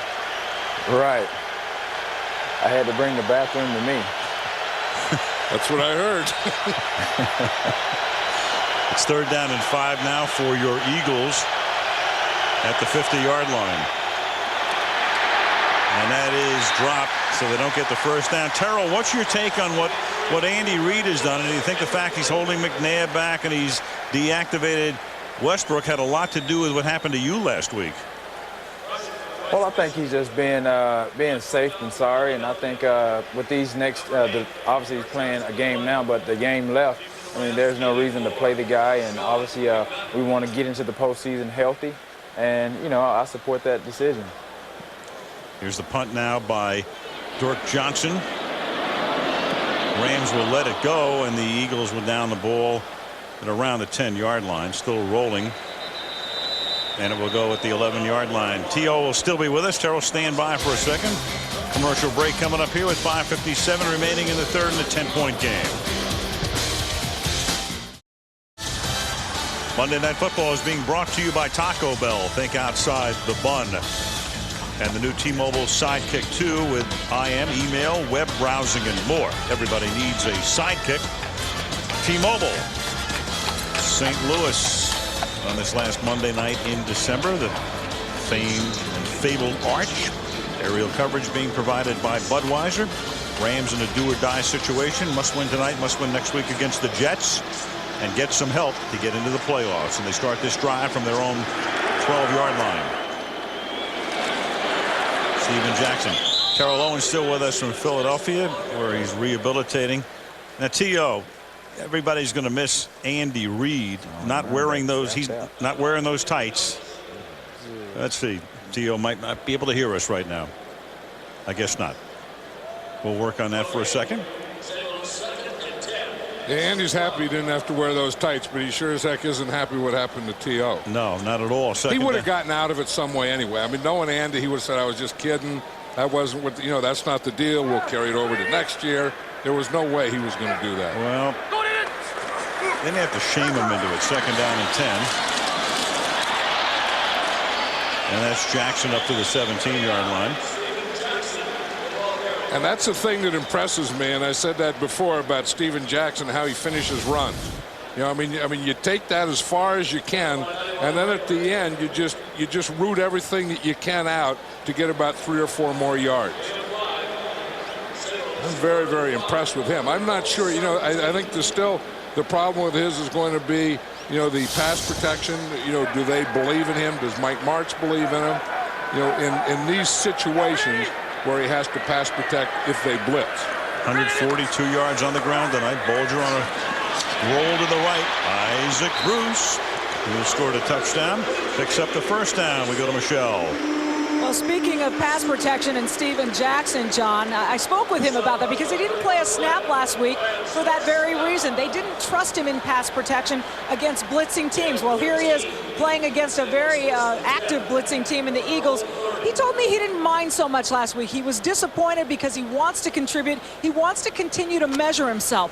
And what he did was talk to Marshall Faulk about it. Faulk told him, look, you're going to have ups and downs. Hang in there. This is the way it goes. You've got to be tenacious. And so he's learning, Al. All right, thank you, Michelle. 1st down and 10 at the 30-yard line. Heavy dose of Steven Jackson tonight. Flag is thrown, and the flag came from the umpire, so it's 99-44, 100% certain this one's going to come back, and Jackson tired and slightly shaken up. Holding. You know, and the thing is, I think last week, too, it wasn't only the fact that the Arizona team was blitzing. 10-yard penalty. Still, first down. But it was also that the Rams got so far behind, and then that kind of takes a run away from you anyway. But here, with a score 17-7, they kind of have control. They've been able to mix the pass and the run in, and that means that they've been able to mix Steven Jackson in.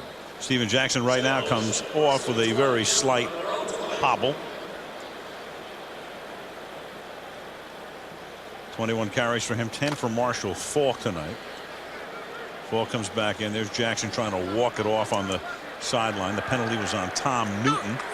3.5 to go in the third. Bulger, that deep drop, and then throws to the outside, and that's incomplete. So T.O. is now back with us. We've got the audio all fixed. Terrell, so we were talking about Andy Reid promised to wear tights. I mean, that's a heck of a way to weasel out of it. And you guys have to hold them to that. I mean, you scored a ratio of almost a touchdown a game. So what do you think? Is Andy going to be adorned in those things one day? Well, when I had to go to Baltimore for more tests, he called me on the way back and he told me that he would extend it, you know, if I was able to play in the Super Bowl. So, you know, if not, you know, I have a shot at next year. I just try for another 15. It's going to happen. One way or another, second down and 20 now, and the ball is given to Marshall Faulk up to the 27. You know, it didn't take you and Donovan McNabb long to connect, to get on the same page, to get a feeling for each other. How did that happen? Just mini camps, and then toward the end of that first mini camp, well, we kind of agreed that I would come out to Arizona, time permitting, and we hooked up out there 2 weeks before training camp started, and you know, just try to get develop some chemistry between each other. Him trying to learn my patterns, me trying to gauge how strong his arm was, which I didn't have to do.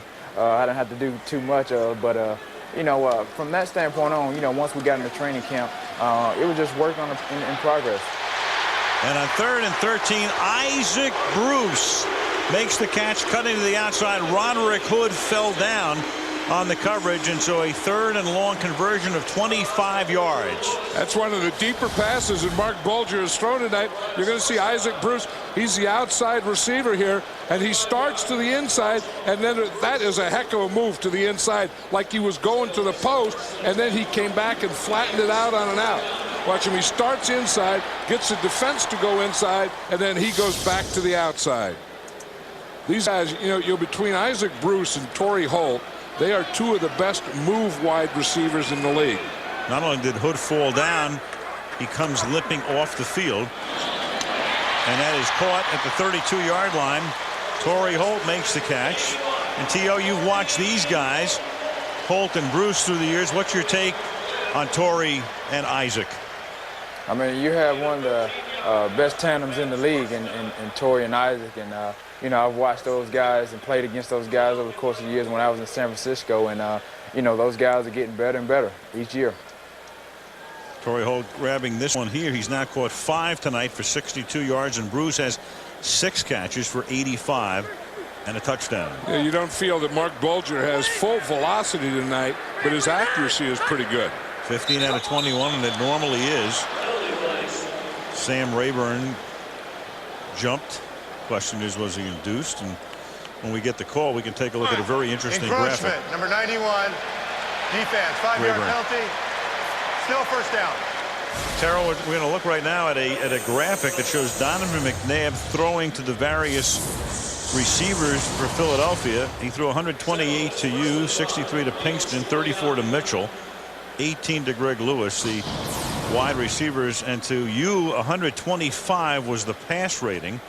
Pinkston 99, Mitchell, as you can see, 45, and Lewis 53.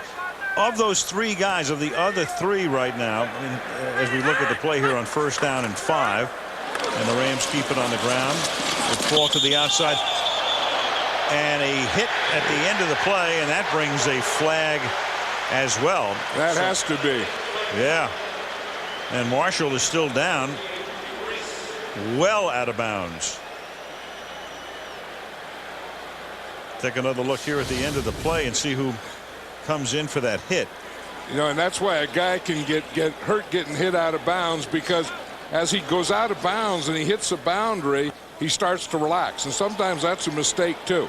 And you see that he goes here, then he started to slow up, he started to relax, and then you get hit after you've relaxed. And that was Ike Reese. We were talking about the fact special teamer plays the linebacker spot as well. There is no foul on the play.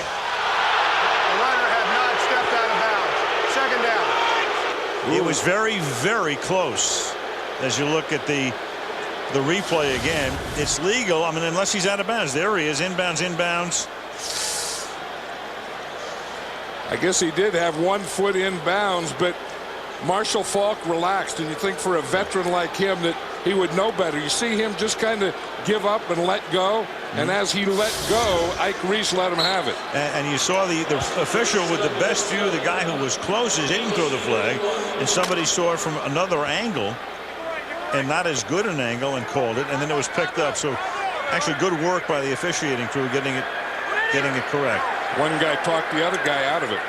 Steven Jackson, who had limped off, is now in the game, and there's another flag, and that pass is incomplete. Bruce, the intended receiver, moving to the inside. Sheldon Brown covering on the outside, and a flag at the line of scrimmage.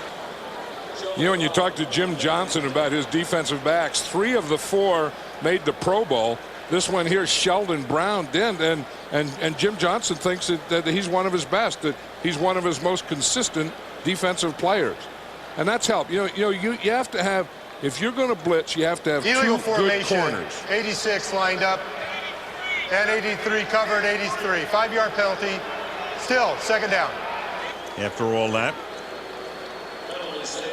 So, Terrell, we were talking about, we had shown that graphic of the other guys. Everybody would think Pinkston would be the most likely guy to step it up. But how do you see your absence being taken over by those trio of wide receivers for Philadelphia? Who has to do what?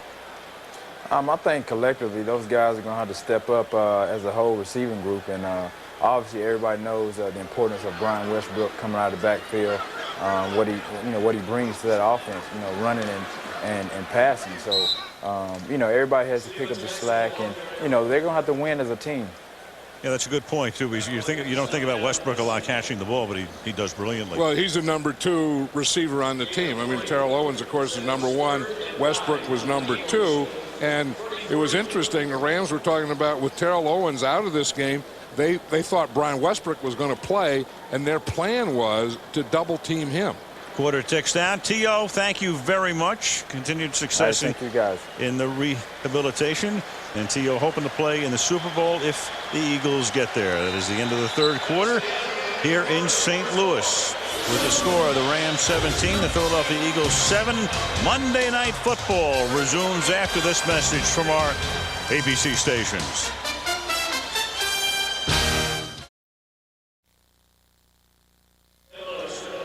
Fourth quarter. Al Michaels, John Madden, Michelle Tafoya from St. Louis. Fourth quarter and our final Monday night game of the season. Vital game for the Rams. For the Eagles, they'd like to win, but right now it's a team that needs to stay injury-free. Thus, McNabb played only 1 series tonight. Touchdown march. Brian Westbrook healthy but inactive. And a lot of the first-line people on defense coming out. Meanwhile, Faulk is in the game for the Rams is on the first play of the fourth quarter. Bulger gets sacked, and that was Jamal Green, one of the backup guys who is in his second season out of the University of Miami on injured reserve all of last year, who comes bursting through and takes Bulger down. Yeah, and he comes bursting through because no one blocks him. He's right here, and you're going to see the empty backfield. There's no one there. The tackle blocks down, and Green just runs right into Bulger. That's the thing with that empty. There's no one back there that if you miss a guy or someone that has a chance to pick him up. Once a guy breaks through and there's an empty backfield, the only guy there is the quarterback. First career sack for him, Kevin Stempke, who took over for Sean Landeta in midseason. His first punt of the game. Fair catch made by Dexter Wynn at the 12-yard line. So Detmer and the Eagles coming back out. 14:25 remaining in the fourth. St. Louis 17, Philadelphia 7.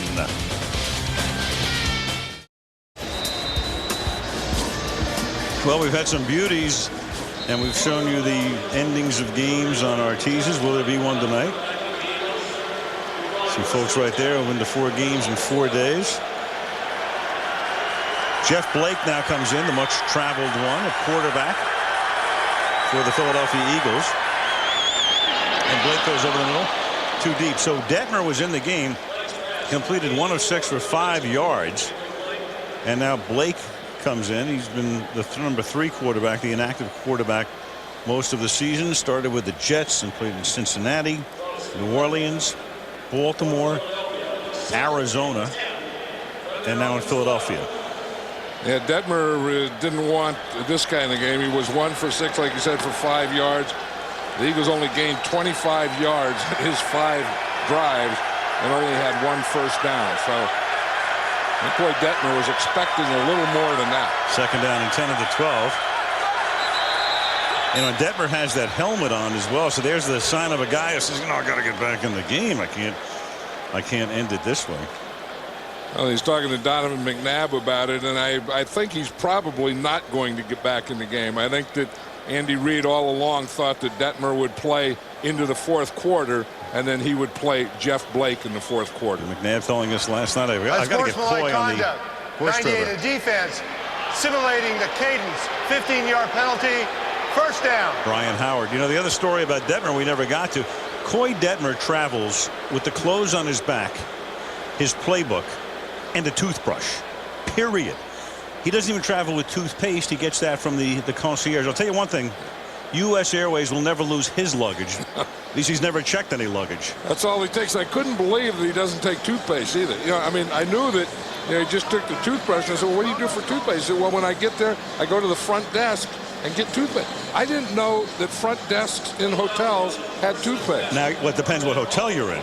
Yeah. Now, the hotels that the team stay in would normally have toothpaste. I've never thought of that. I mean, if I've ever lost toothpaste or forgot it, I always go to the gift shop. But I've never thought I need toothpaste, I'm going to go to the front desk. If you have the Four Seasons, they'll give you like a big tube of toothpaste, not one of those phony mini jobs. Here's Blake throwing deep, and the ball hanging, and the pass is incomplete. And the crowd wants interference, offensive, and won't get anything. Boy, did he get hit on that one just as he threw it by Anthony Hargrove. Is it right here? And again, you're going to see that he has the time, and just as he threw that, Hargrove hits him, and I think that's why the ball was a little short. Watch this. I mean, Hargrove is on his back, has his left arm and part of his right arm and shoulder.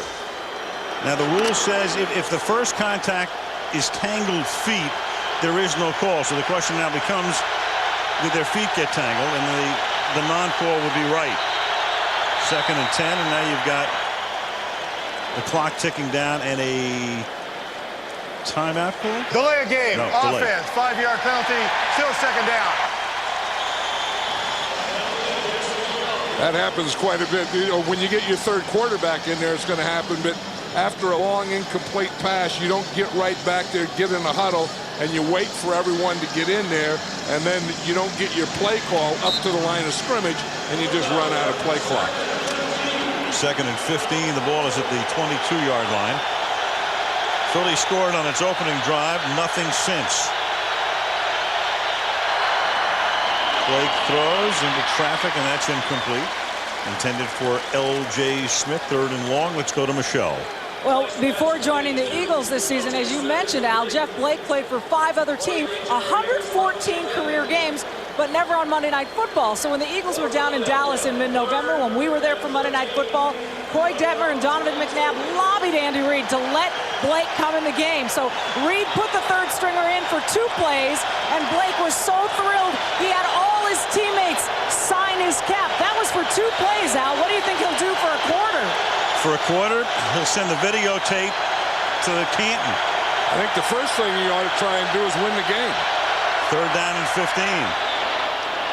Reno Mahe Well, if he wins the game, he's liable to wind up on the horse trailer, which is as good as going to Canton. Right, and it won't be Coy Detmer. Right. Like you said last night, Donovan McNabb said, we want to get Coy Detmer on the horse trailer, and that's not going to happen. But there's something, you know, I don't know. I mean, you know, at some point there's something wrong with this. I mean, I think that you have the best team in the conference playing a regular season game like this. I just don't think it's right. Well, it's the vagaries of the playoff system and the seeding and all that as it's juggled by Sean McDonald and then gathered in, and there's a flag down.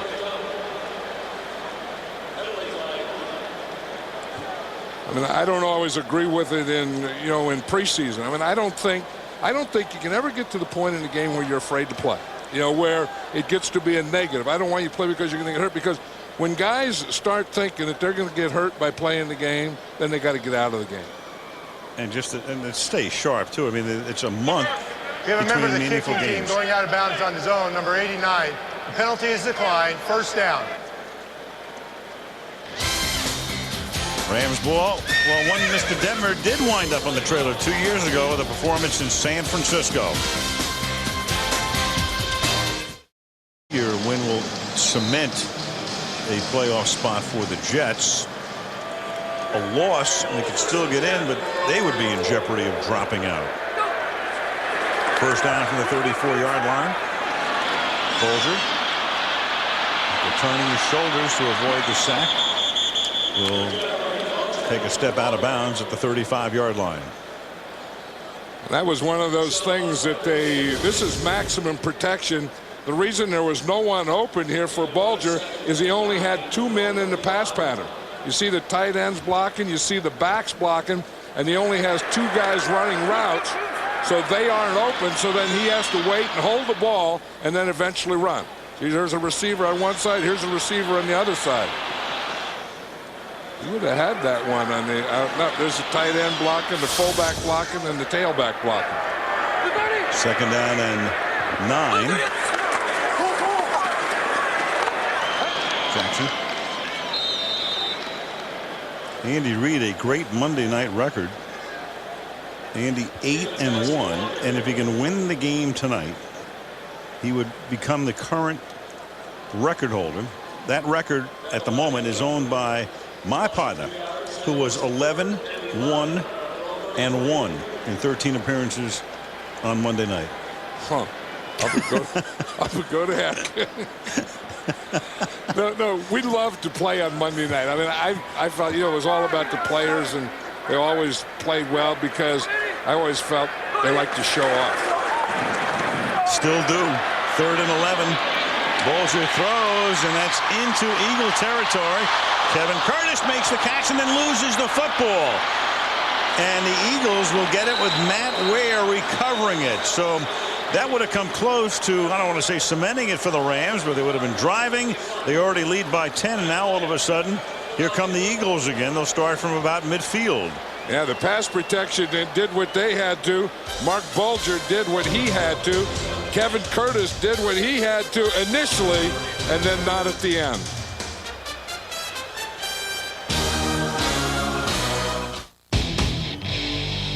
I love rockin' football towns.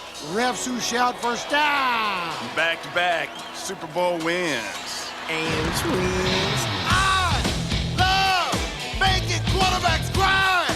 Being one of the guys. A big fridge full of beer. And those twins. And I love you too. Coors Light, the coldest tasting beer in the world. Todd Pinkston, you look at his numbers on the season. Of course, it's been an Owens-dominated receiving group for Philadelphia, but he will be a very key guy in terms of postseason play for Philadelphia this year. Thomas Tapei comes in as the running back. 47-yard line, first down. 49-yard line. Gain of 2. Pinkston's been in the spotlight to an extent that I'm sure he doesn't appreciate. This play in Washington, which he contends was a ball he lost in the lights, and a lot of fans think he just shied away from contact.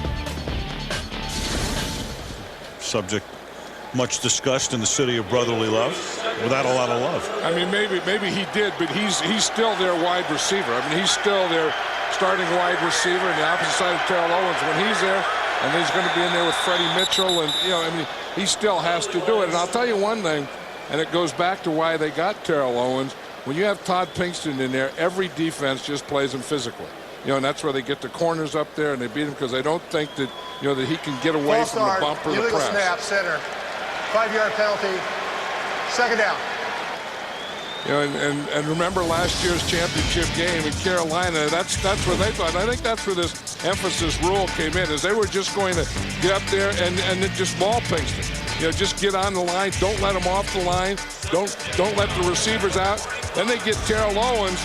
Terrell Owens would just run right through that. Now that they don't have them, I think defenses are going to go back to doing that to him. And there's a sack fumble, and the Rams pick the ball up. Bryce Fisher with the sack, and Pisatino East Samoa recovers and runs it down to the 30-yard line for the St. Louis Rams.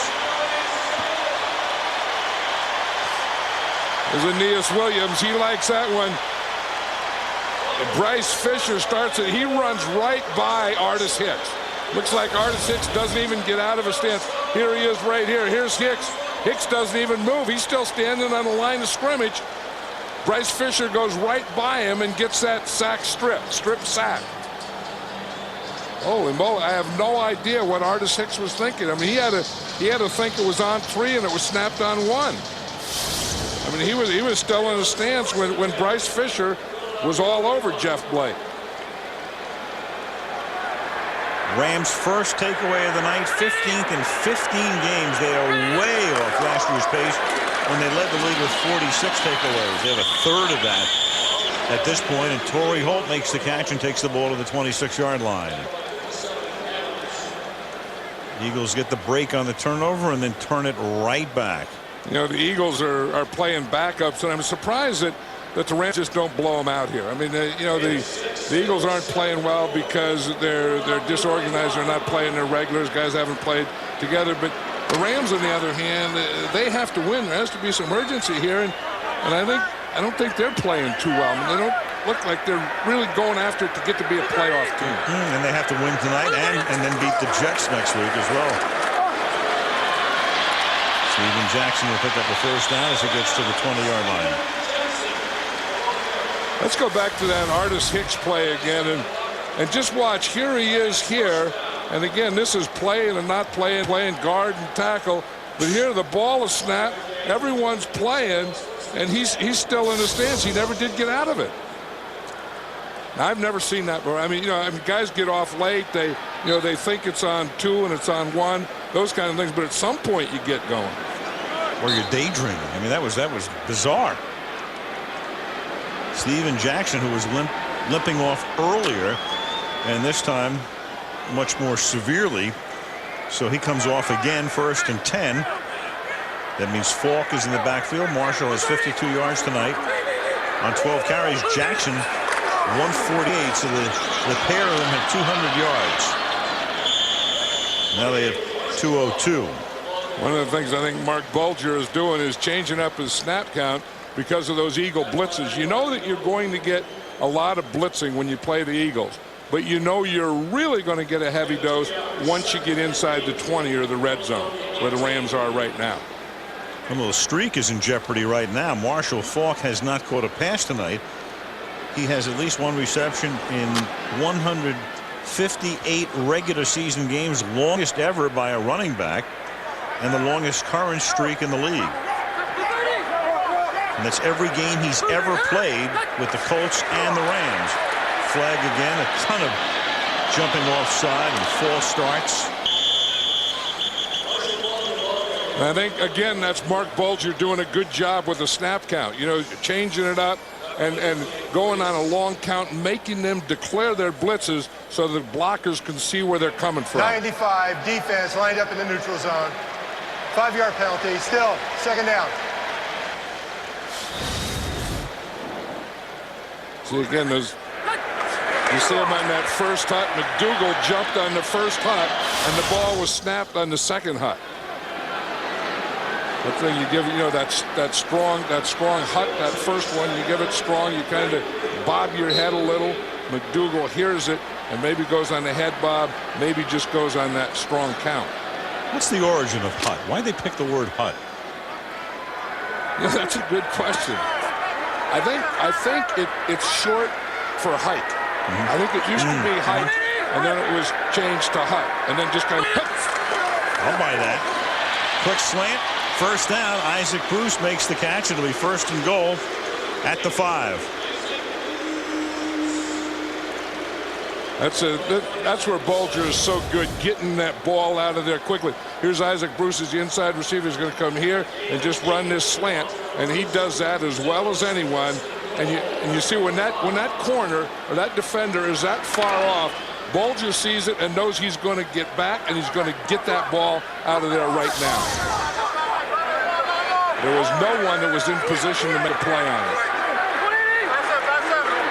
First down and goal at the 5. The Eagles show blitz. Here they come, and that forces the quick pass. And so it's almost as if Bulger knows that Falk hasn't caught one, tries to get it to him and can't. 2nd down and goal. Well, I know what he saw. He saw man-to-man out there, and I think that he was thinking that Marshall Falk was either going to run a fade or something outside, and Marshall Falk comes inside.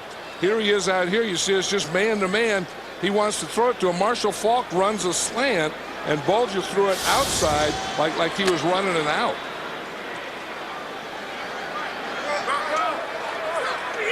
Second and goal from the 5.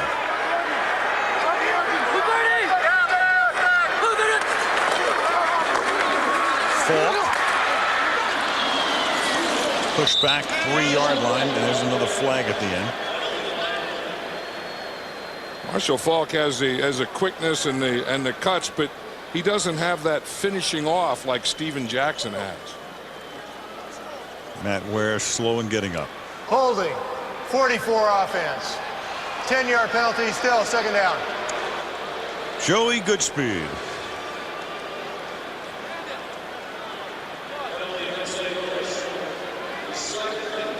He's the lead back or the fullback on that play.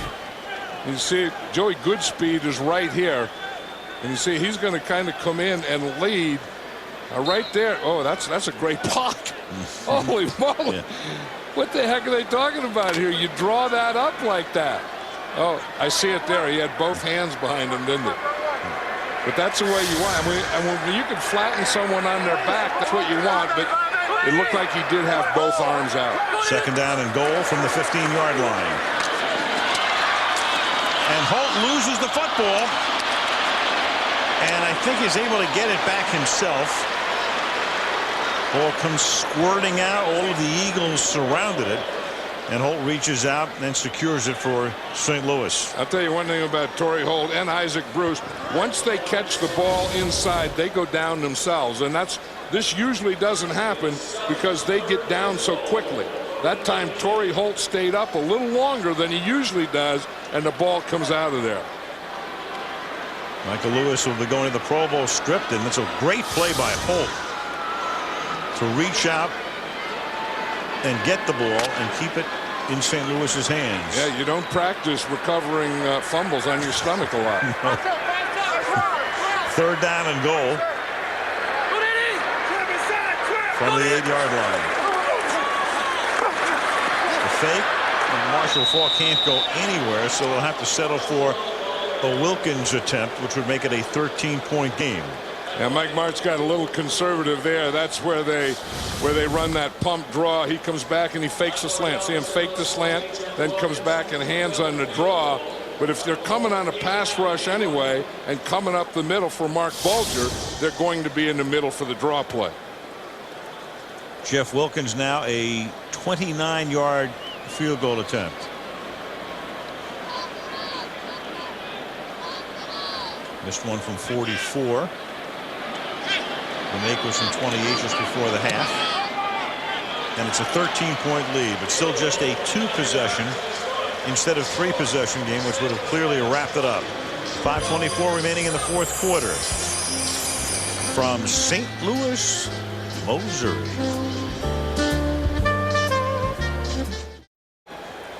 picked us up a little late tonight. Donovan McNabb expected to play only briefly, wound up playing an entire series, 12 plays, 63 yards to a touchdown pass, and gets the rest of the night off. But since then, the Eagles 22 plays and 22 yards.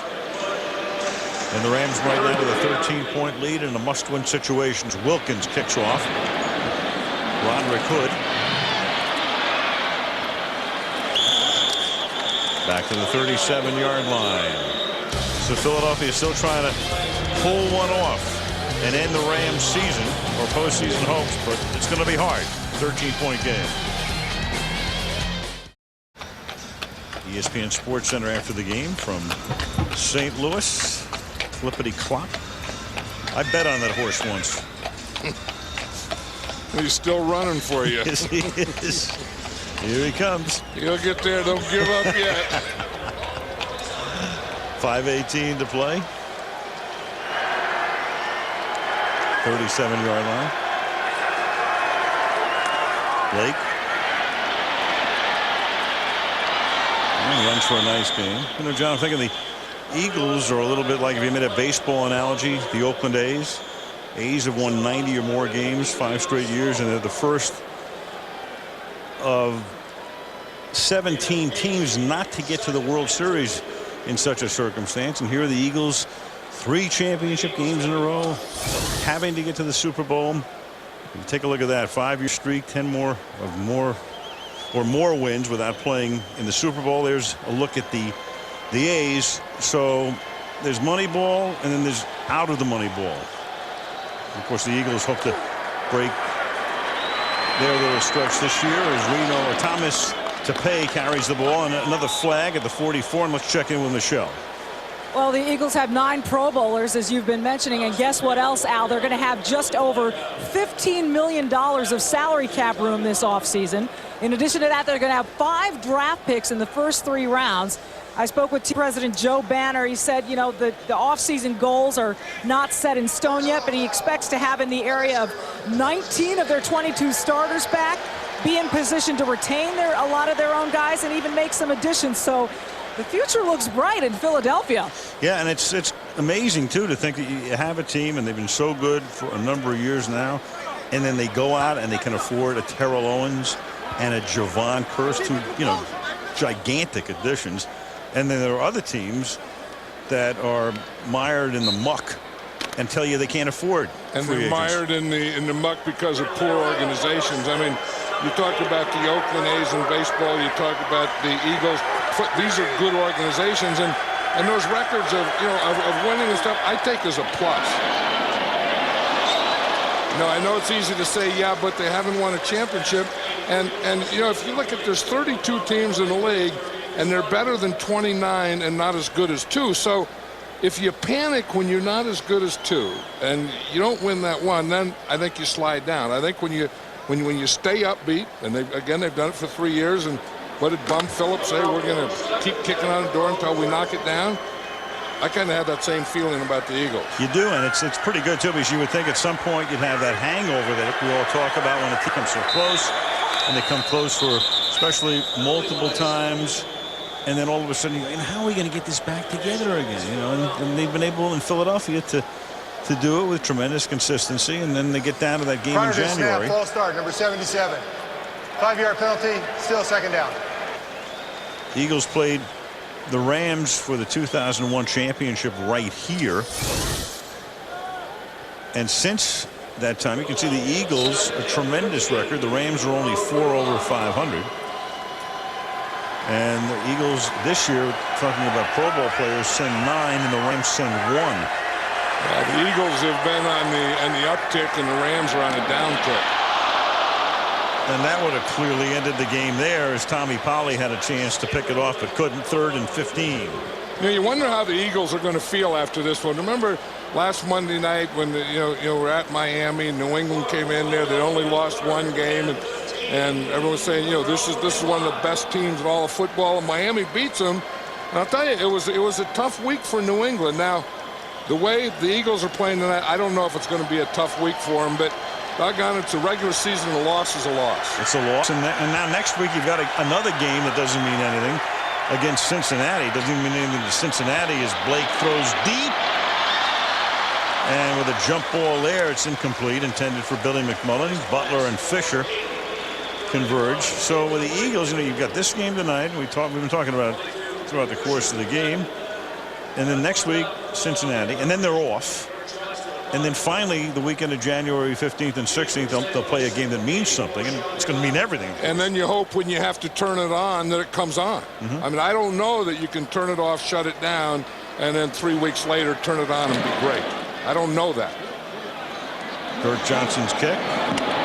18-yard line. McDonald taken down on the open field at the 19-yard line. And there's a flag down. Because I will say this, I mean, the Eagles shut it down. There is no foul on the play for Neil Lou blocking the back by the kicking team. They've had 2 or 3 of those, haven't they, when they threw a flag and said, we're just kidding. Yeah. After a penalty-free first quarter, tons of them since. Monday Night Football brought to you by Chrysler. Inspiration comes standard. Campbell's Chunky Soup with big chunks of meat and veggies. It fills you up right. And Enterprise Rent-A-Car. Pick Enterprise and we'll pick you up. Old Courthouse. Behind it, the arch, the Gateway Arch. Inside the dome now. A lot of the folks have gone home. Feeling pretty confident about the Rams' chances. And in come the Jets next Sunday in a game that the Rams again will have to win and also get a little bit of help on the side to get to the playoffs. 19-yard line, first down.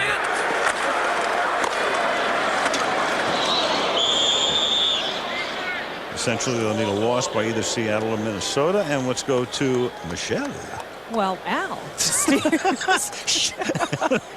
we shouldn't be laughing because this is an injury report, but it's not serious, so a little levity's okay. But Steven Jackson has a bruised right knee. He's been on the bench. He's getting it iced. He's laughing and smiling. He's clearly done for tonight, but it doesn't appear to be anything serious. But we wanted to make sure that people knew. Bruised right knee, and while he won't return tonight, it doesn't look to be too serious.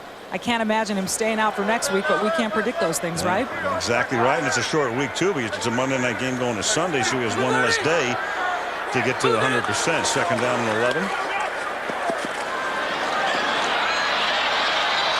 And Bulger's going to take off and slide to a stop, rather awkwardly, but he does. Well, it's our 35th year of Monday night. It's our final game. We're going to roll a credit package at the end with all the great folks that help us every week, led by our esteemed producer, Mr.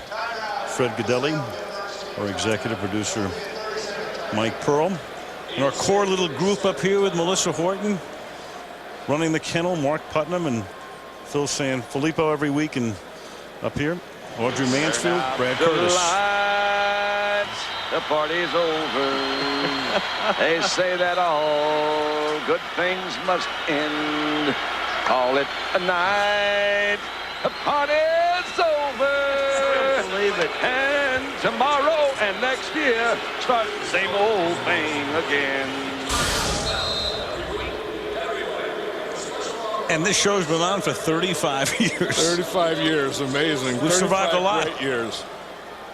I remember when Monday Night Football first started. Where you going, man? I think there was a real boom at that time for the NFL. 3rd and 8. Wobbly pass that almost gets picked off, and another penalty. That's going to be one for a late hit, too. I'll tell you one thing about Mark Bulger. He's a tough guy. He never complains and takes a lot of late hits. Like Mike Martz has been trying to get him to complain. 97 defense. 15-yard penalty automatic. First down. 97, we're talking about Darwin Walker, who had been a defensive tackle in the last couple of weeks. They're playing him at defensive end. You see he's 97 there. He starts on the outside, goes on a stunt. Yeah, and then, I mean, he hit him late. He grabbed him around the head and threw him to the ground. He did about 3 things that he could have been flagged on right there.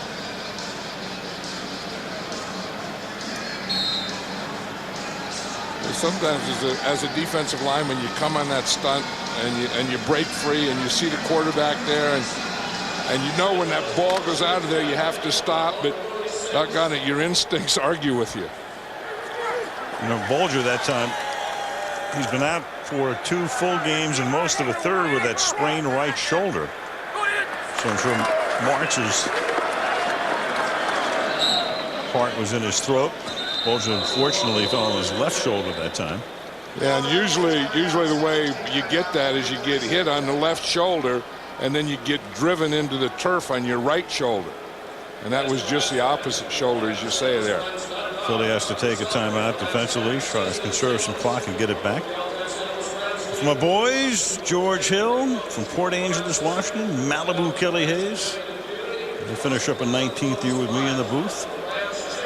19 years? And not only that, we did about 7 or 8 years of college football together as well. AFC playoffs, Pittsburgh, New England, 1 and 2, Indy 3, San Diego 4. They're locked into those positions. Jets would be the 5 seed right now, and they can secure that with a win here at St. Louis, or they could even be out of the playoffs. And then Denver plays Indy. Denver right now would hold the tiebreak over Buffalo, so Denver gets to the playoffs if they win. Second down and 10, 36-yard line as Bulger throws, caught on a slant, and Bruce loses the ball, and then it's picked up initially by a Ram, and then apparently as Keith Adams comes in for the hit, the Rams still recover the football. And maybe that's why these 2 wide receivers of the Rams always go down when they catch a ball inside, because when they don't go down, they fumble. We see Isaac Bruce do it here. We saw Holt do it before. Here comes Bruce. He catches that ball on that slant. And usually by now, he'll go down. He'll take the turf. He didn't take the turf. He took the hit. He had 2 at the Monday night game in Green Bay. He had 4 in the last 7 games. Matt Ware with the hit. Keith Adams punched it out. But Torrey Holt comes in to recover, and that's the second fumble that Torrey has recovered in this period. You know, Mark Bulger has been very effective tonight. He, had been out for a couple of weeks and isn't rusty at all. He threw a little on Monday, then didn't throw again till Thursday. We talked to him yesterday. His shoulder really didn't feel well, but he said, once I get out there and the adrenaline starts flowing, I'm going to be okay. And I think he's doing very well. He doesn't have a lot of velocity on it, but as I said earlier, I think his accuracy's been great tonight. 3rd down and 5 from the 41-yard line.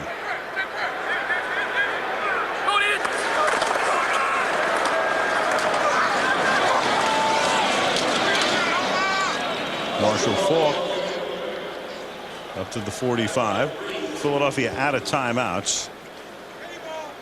And the Rams out of Steven Jackson. I mean, this would be a time when you would have liked to have had Steven Jackson in there running that. I mean, not Marshall Faulk at the end of the game. I think Marshall Faulk was probably thinking that too, that this would be Steven Jackson's time, Steven Jackson's situation. But as Michelle said, he has a knee injury and isn't going to be playing any tonight. Good Jackson, most since Bettis with the LA Rams as a rookie in '93. Philly can't stop the clock. Rams let it tick down to the 2-minute warning. Send in the punting unit. And we're 120 seconds from the close with St. Louis on top 20-7 over the Eagles.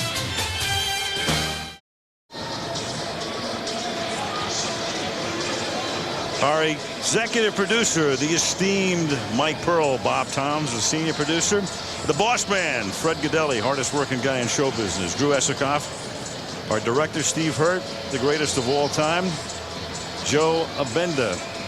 Nary a knuckle job this year, Joey. Mark Titleman, Valerie Fisher, Dave Chamberlain. A lot of folks go into the making of this sausage every week. Steve Nagler and the whole gang working around the clock, traveling all over the country, crisscrossing. Well, I know they do it in a lot of businesses, but we're just proud to death of the folks who put on Monday Night Football every week. Yeah, it's my 3rd year and 3rd very enjoyable year. I mean, being with you and with this whole group that we see here. These are, as you say, hard-working people, but there's a lot of hard-working people. But but dedicated, enjoy it, and just have fun with everything. And it's been a very, very enjoyable 3 years. Fantastic. Can't think of anything that could be any more enjoyable than being a part of this. As Kevin Stemke sends it down to the 13th. Fair caught there by Dexter Wynn. We always give a Rookie of the Year award. Michelle Tafoya. A phenomenal job. Just great. I think she set a new standard. You've been fantastic. I've talked to the powers that be. They're going to give you a little time off right now. We got really? Before basketball. Yeah, you get 6 or 7 days. That's good. Well, I'm honored by that, Al. Mostly the time off more than the Rookie of the Year thing. It's been great. You guys, you're the best. What can I say? This entire crew is phenomenal. It's for a first year, it's just been a dream. I mean, everyone, like you said, works incredibly hard. This is just the best job a gal could have. Beginning of a long run for you. This is going to be terrific as Jeff Blake goes back to pass and has his arm hit. Tommy O'Connell, I guess, is the senior member of. There is Tommy, who's been around for a lot of those. 29 of the 35. I have to give Tommy away here. He's a Giants fan. He's an unbelievable New York Giant-like maniac, and he has a camera positioned at the Super Bowl in Tampa as the Giants against Buffalo, and Norwood's kicking the field goal to win the game. And Tommy, at that point, he can't even look. He sets the camera. He won't even look through the viewfinder. He closes his eyes, and all I said was, "No good, wide right." And Tommy started crying. It was some scene. He opened his eyes to cry, huh? Yeah, right. L.J. Smith drops it. Now, I don't think there's any place that any of us would rather be on Monday night. Yep. Burner. Dave Bushner right there. Vandy. Yeah, man, right there. Got to go by all the nicknames. Big Mark. And the Zaxter, always wearing shorts. It looks just like Andy Reid. Yeah. 2nd and 15. Freddie Mitchell.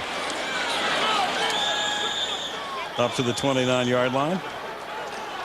Dana. Happy New Year. I was down on the field talking to Tammy Reid, Andy's wife, before the game, and pointed out Zach, and I said, "Who's he look like?" She says, "My husband." Thomas Tepe. Tammy Reid told me before the game last year, Andy looks, he's a football coach, and if you don't know him, I mean, he's got a great heart. He actually gave his wife a ring last year for Christmas. Blake's pass is incomplete. And how sweet is this? Andy got down on his knees and renewed his vows as he gave her the ring. That's great. He's a great guy. There's Tammy Reid right there with. She's wearing a lot of stuff that glistens tonight too. Oh yeah. You see that wave there? That's what she got for Christmas. That's a what do they call those things? I think it's a diamond bracelet is what it is. Got a bracelet, yeah.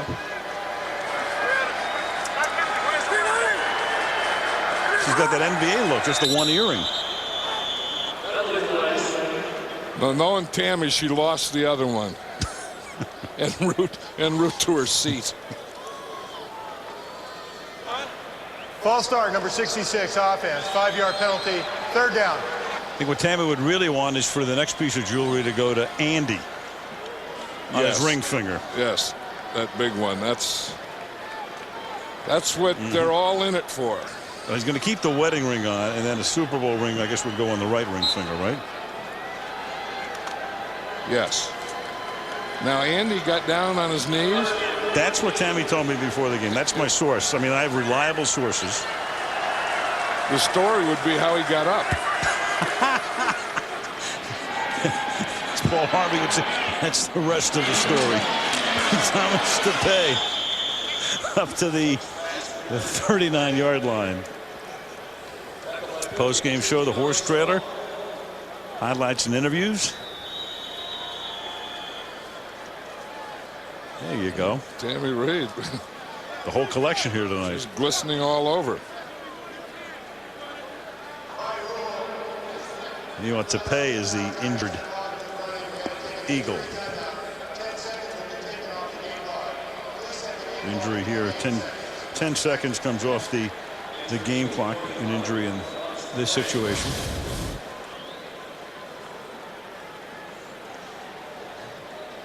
Look at how he gets hurt right here. 4 Rams come into the play. You know, that's tough. I mean, that's one of the things, but you see it happen on all kinds of turf and grass now, that, you know, the foot gets caught in the turf, and then you get hit, and the only thing that can go is a joint.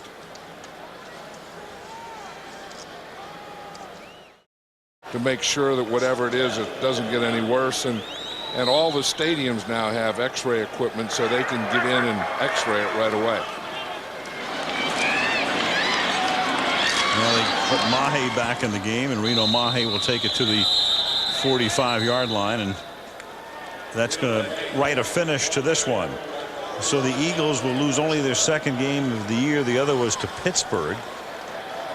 Rams stay alive in the playoff hunt. Philly lining up quickly to try to get one more playoff before the end of the game, and they will, and it's a spike. Not sure why. And there's 1 second left because the spike stopped the clock.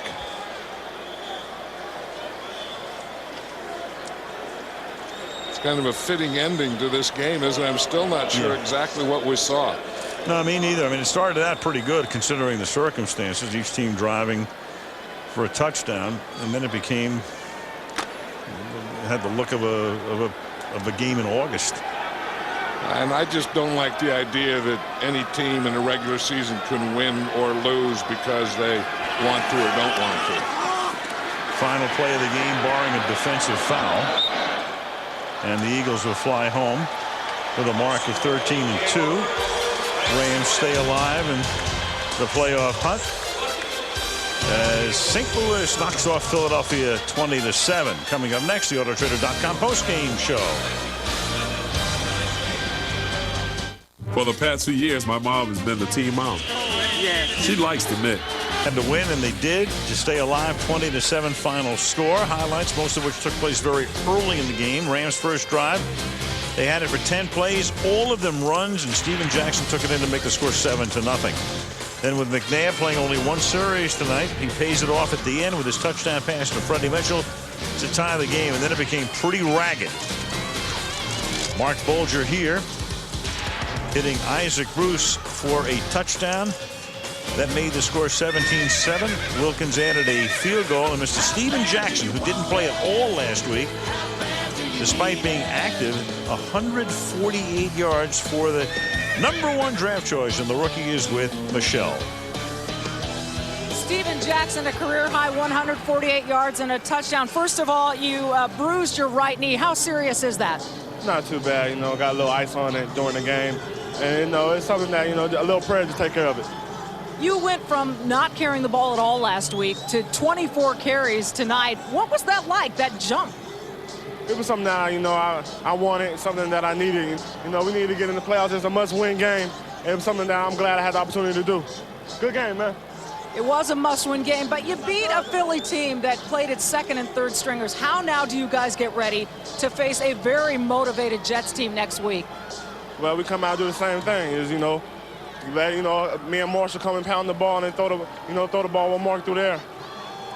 Mark Bulger told us before the game that this team was not depressed, but not really, really confident. What does this win do to affect that, if anything? It gives us light. You know we got a must-win game next week, and we got a tough opponent. And, you know, coming out and winning on Monday night is big for us. All right, listen, thanks. Congratulations. Thank you. One quick note, Al, on Thomas Tepe, the Philadelphia back. He has a dislocated hip. That's all we know at this time. Thomas Tepe, dislocated hip. Al? Yeah, what a shame. Injured in the last half minute of the game. John, it's been a hoot. Travel safely.